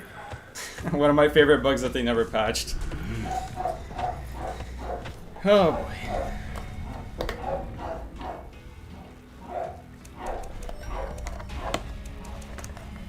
Alright guys, I think we're going to call the stream here. You guys know, it's dog's bedtime. He's not going to be sleeping though. That's for sure. So, we're going to end the stream here instead. He wins this one. He wins this one. He wins every time, by the way. Oh, before we end, let's open up today's essences. Miki told me that I should do a future stream with these essences instead of the previous one, because the previous ones don't have a good variety, but these have C tiers, plenty of C tiers. They have portraits, painter, batter, toy merchant. Well, mostly painter, batter, toy merchant, but there's mind's eye, there's mechanic in here. God bless my soul if I had to play with mind's eye, but there's really not a lot of hunters here either. There's mostly survivors, a lot of like various survivors here. Oh, you can still get the Mario Red Airplanist. I guess these S tiers, like these C tier skin, come back every once in a while. You just can't get them in the previous Memospheres. That's why the previous Memosphere stream was just a complete bum, because we kept getting the same 10 survivors. But here there's a much greater variety. I think we will bring this back in the future, but I really need to save up essences or get essences some way. Probably maybe next season I just won't open any of the blue ones, because you know you collect blue from the very start of the season. So maybe halfway or towards the end of the season, then I'll open the blue and we'll do a stream about, you know, whatever my essence is. That's what I gotta play, because you guys see here there's a much wider variety of survivors here. There's the B tiers. There's like emotes that I'll count, and we'll play that survivor if we get his emote. There are, oh, well, this is not that good. We have a lot of the starter survivors here. But like, look, we have acrobat, we have postman, we have antiquarian, embalmer we already got, acrobat, magician, thief, coordinator, like some of the starter ones obviously, but there's like other ones like dancer and barmaid, I guess. And then you got different graffitis, and you can get like whatever we get, that's what we'll play. But that essence didn't work out because there was no graffiti, there was no portraits, there was not even sea skins in here. The only stuff that's in here is for the first 10 survivors in the game. So we'll do a stream with like a regular essence in the future instead of the previous. Like right here, we got a C tier for night, and we would be able to play night on the stream. I mean, anything hunter related we would have to skip and roll again, so that's why we need like to save a lot of essences. Like then we have played Toy Merchant, right?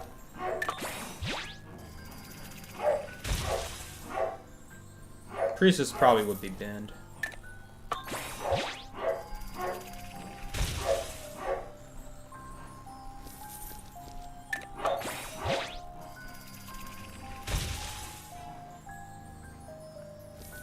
Double composer.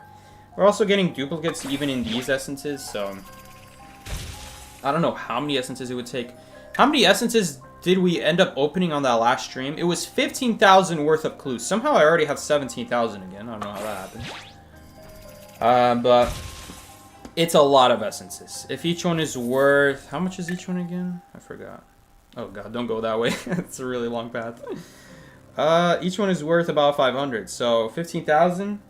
That's about 30 essences we opened up.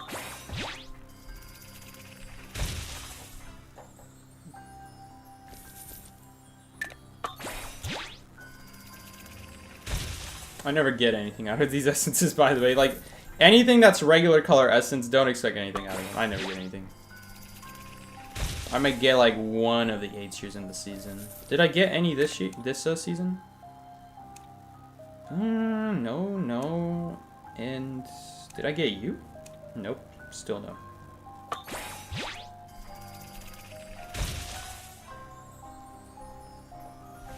Tier.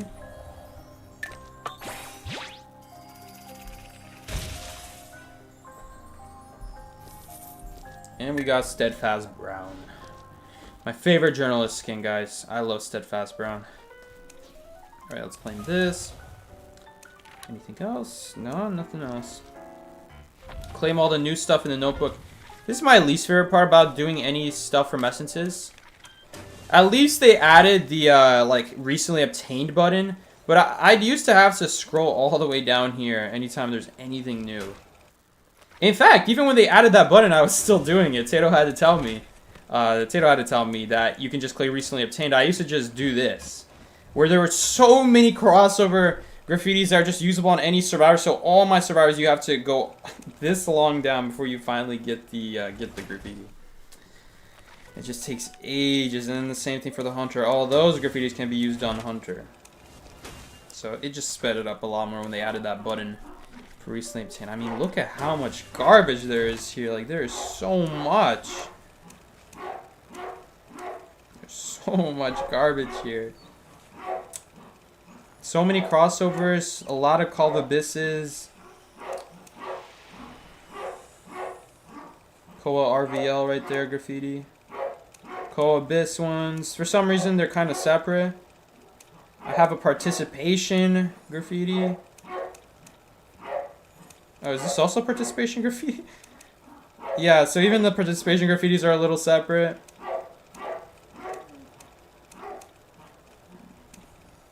Yeah. That's if you recharge enough echoes. Oh, one of my graffitis is out of place.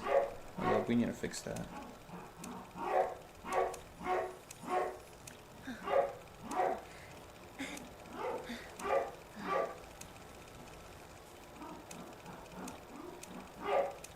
Where's that Toxic Gardener one that everyone uses? No. I don't have the Toxic... Not Toxic Gardener. Toxic Doctor. I don't have Toxic Doctor. We could unlock it. Should I unlock Toxic Doctor? Alright, guys. We're unlocking Toxic Doctor. I have 10 of those. Come on. Alright guys, we have Toxic Doctor, let's go. Anything for Thief? Is there anything for Thief we can unlock? No, I have everything. Obviously I have everything for Thief. Thief has the best ones. I think that's it though. Someone was telling me I have like 6 A-tier trial cards. Is that true?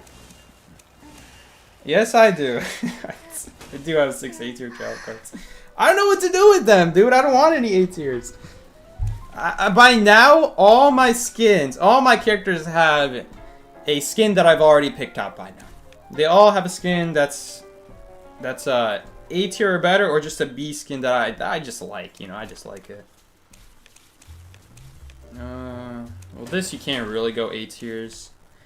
Guys, I don't think you guys need to know I have a million A tier mercenaries.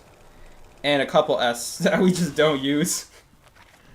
A couple characters I just don't want any skins on. You know, I have my preferred skin already set up on them. There's really no need to get an A tier because I'm fine with the ones I have already. Maybe I would get this one on Mechanic, I guess. Should we get this one for Mechanic? Definitely not this. This is ugly.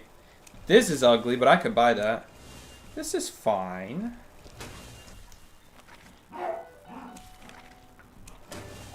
don't think anything for forward. I'm always gonna use Dark Cake Mind's Eye. That on Perfumer. Any good 8 tiers for Cowboy?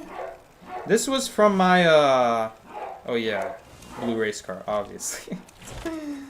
Obviously, I gotta be Blue Race Car.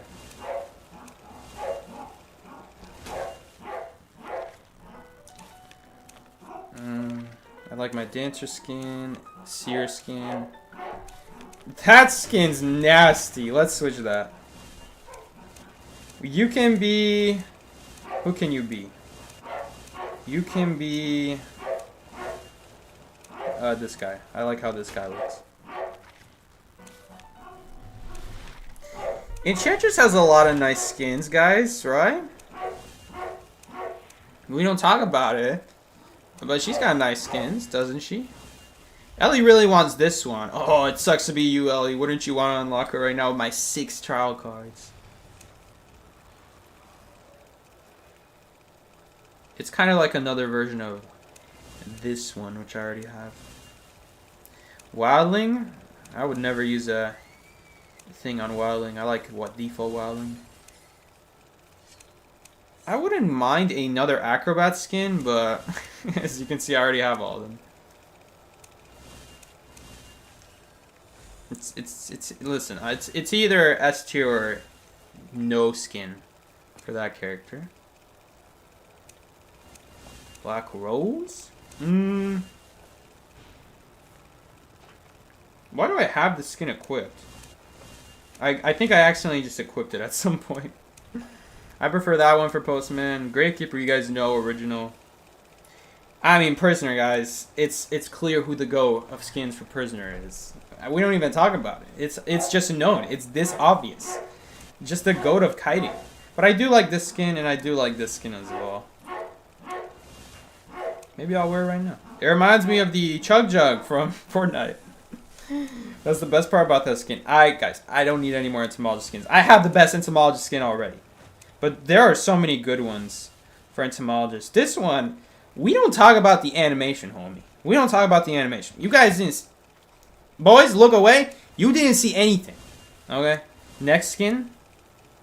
Man, I don't have anything good for Painter, but I don't really like any of the Painters either. This one is fine. How do you get this? Previous memory spheres. I don't like his hat, though. I like Christmas Painter, though. We gotta get Christmas Painter. Alright. We found what we're using our first trial card on. Christmas Painter. Right? Christmas Painter. Yeah, because there's no other skin I really like.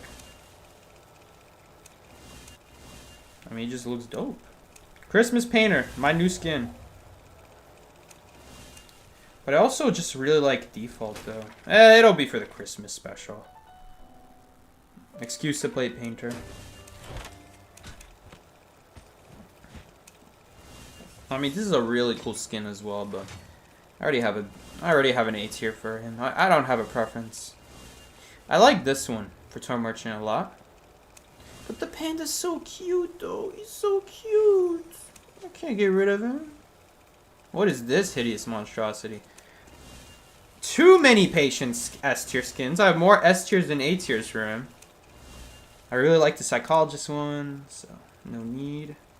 I have this? I have this, guys. Who knew?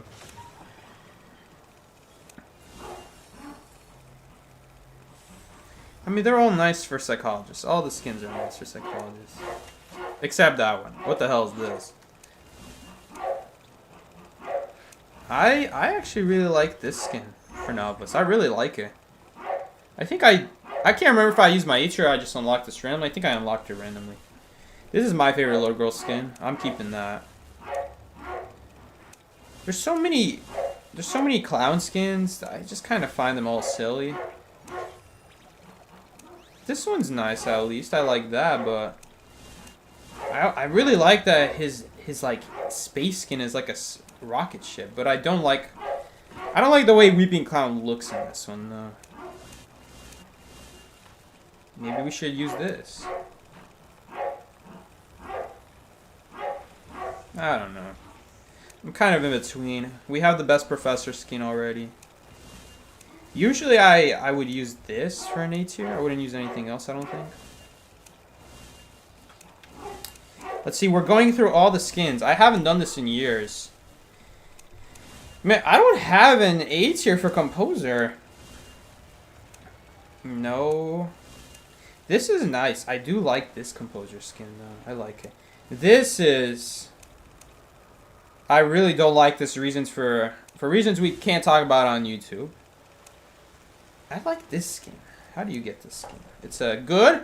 If you can't buy it from shop, that's my #1 priority when I choose my A tier. I don't like it obtainable in the shop. Dude, he's got guns for what's it called? For those tuning forks? I like this skin. I like it.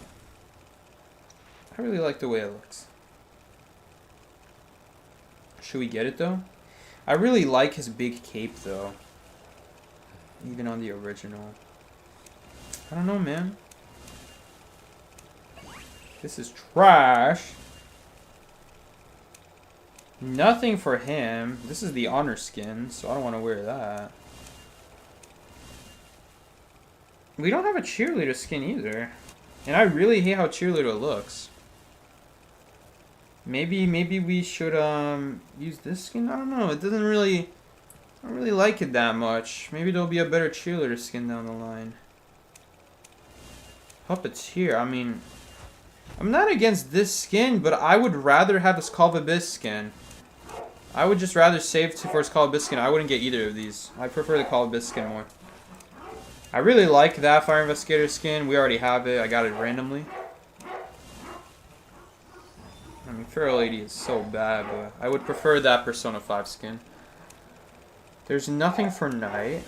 I mean, there was like a crossover skin, but I didn't even really like it that much anyway. I'm not a fan of this Meteorologist skin. Anything good for Archer? I mean, this is a really nice skin for Archer. It is nice. I don't know if I would get it, because right now it's the only skin. And we can't unlock anything for Escapologist, because you can't use your child cards on skins that released after the child card came out. We're keeping Mr. Puppet. Anything for Clown? Man, Scarecrow was such a good skin for Clown.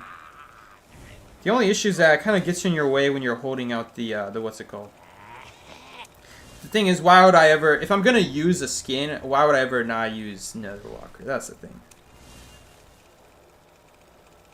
I mean, this is a goated deer. Like, this is a great skin for Gamekeeper. This is only from Logic Path. Essentially limited. Probably my favorite Gamekeeper one. And nowadays, now that it's so rare, it's actually worth more value than these skins, honestly. Although I do like this skin, I just hate how he looks from behind with his dusty cape. I don't need... I have 6 S tiers for a Ripper. Yeah, guys, I'm not needing any more Ripper skins. I could just buy Green Tentacle, add him to the collection when, I'm not gonna do that, by the way. This is my main Spider skin, main Geisha skin. I have, in my opinion, this is my favorite Wu-Chang skin out there. I would get Divine, that would be my next, that would be my actual favorite, but I don't have it, so. I'm keeping that Photographer one. I do like this one for Mad Eyes the most. I mean, Christmas Mad Eyes is also pretty cool. Christmas Feaster, obviously we're keeping that forever. This is my favorite Dream Witch skin. Out of all of them. This would be my favorite Axeboy skin out of all of them. But this one's also really good. Let's see. I would probably want some other Lizard skin. Should we replace the Lizard skin? I really like this skin. I like this skin.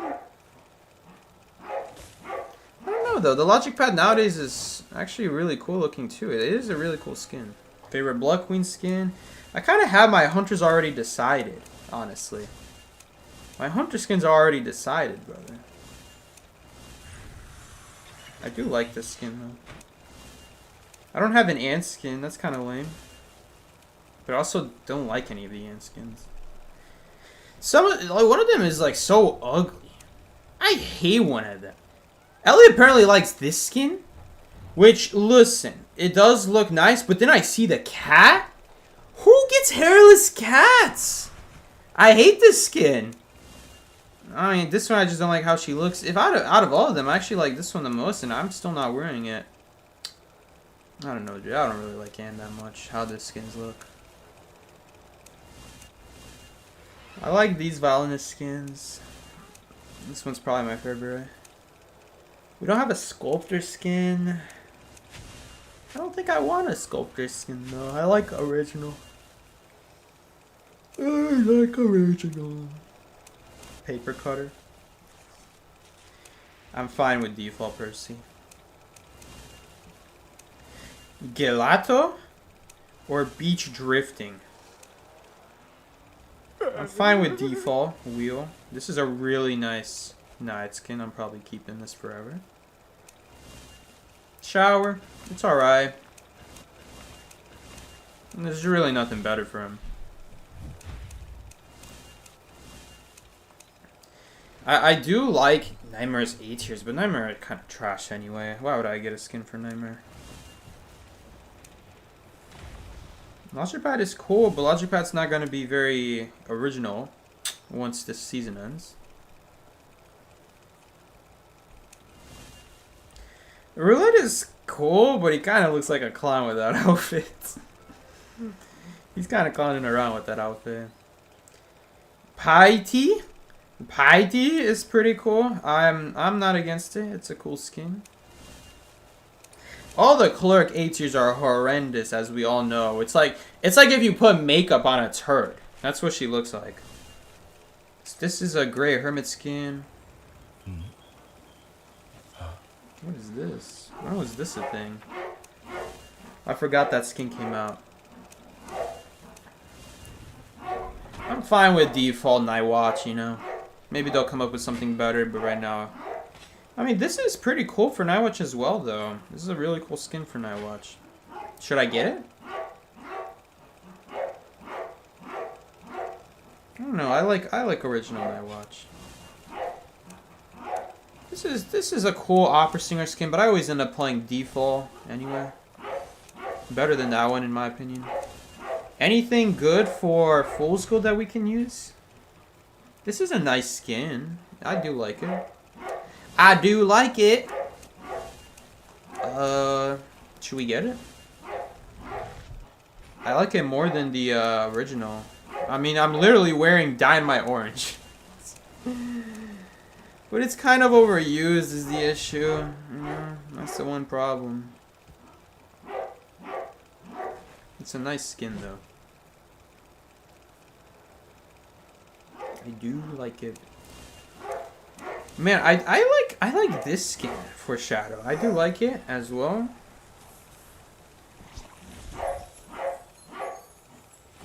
Shadow's one of those characters where I just also like to do the original.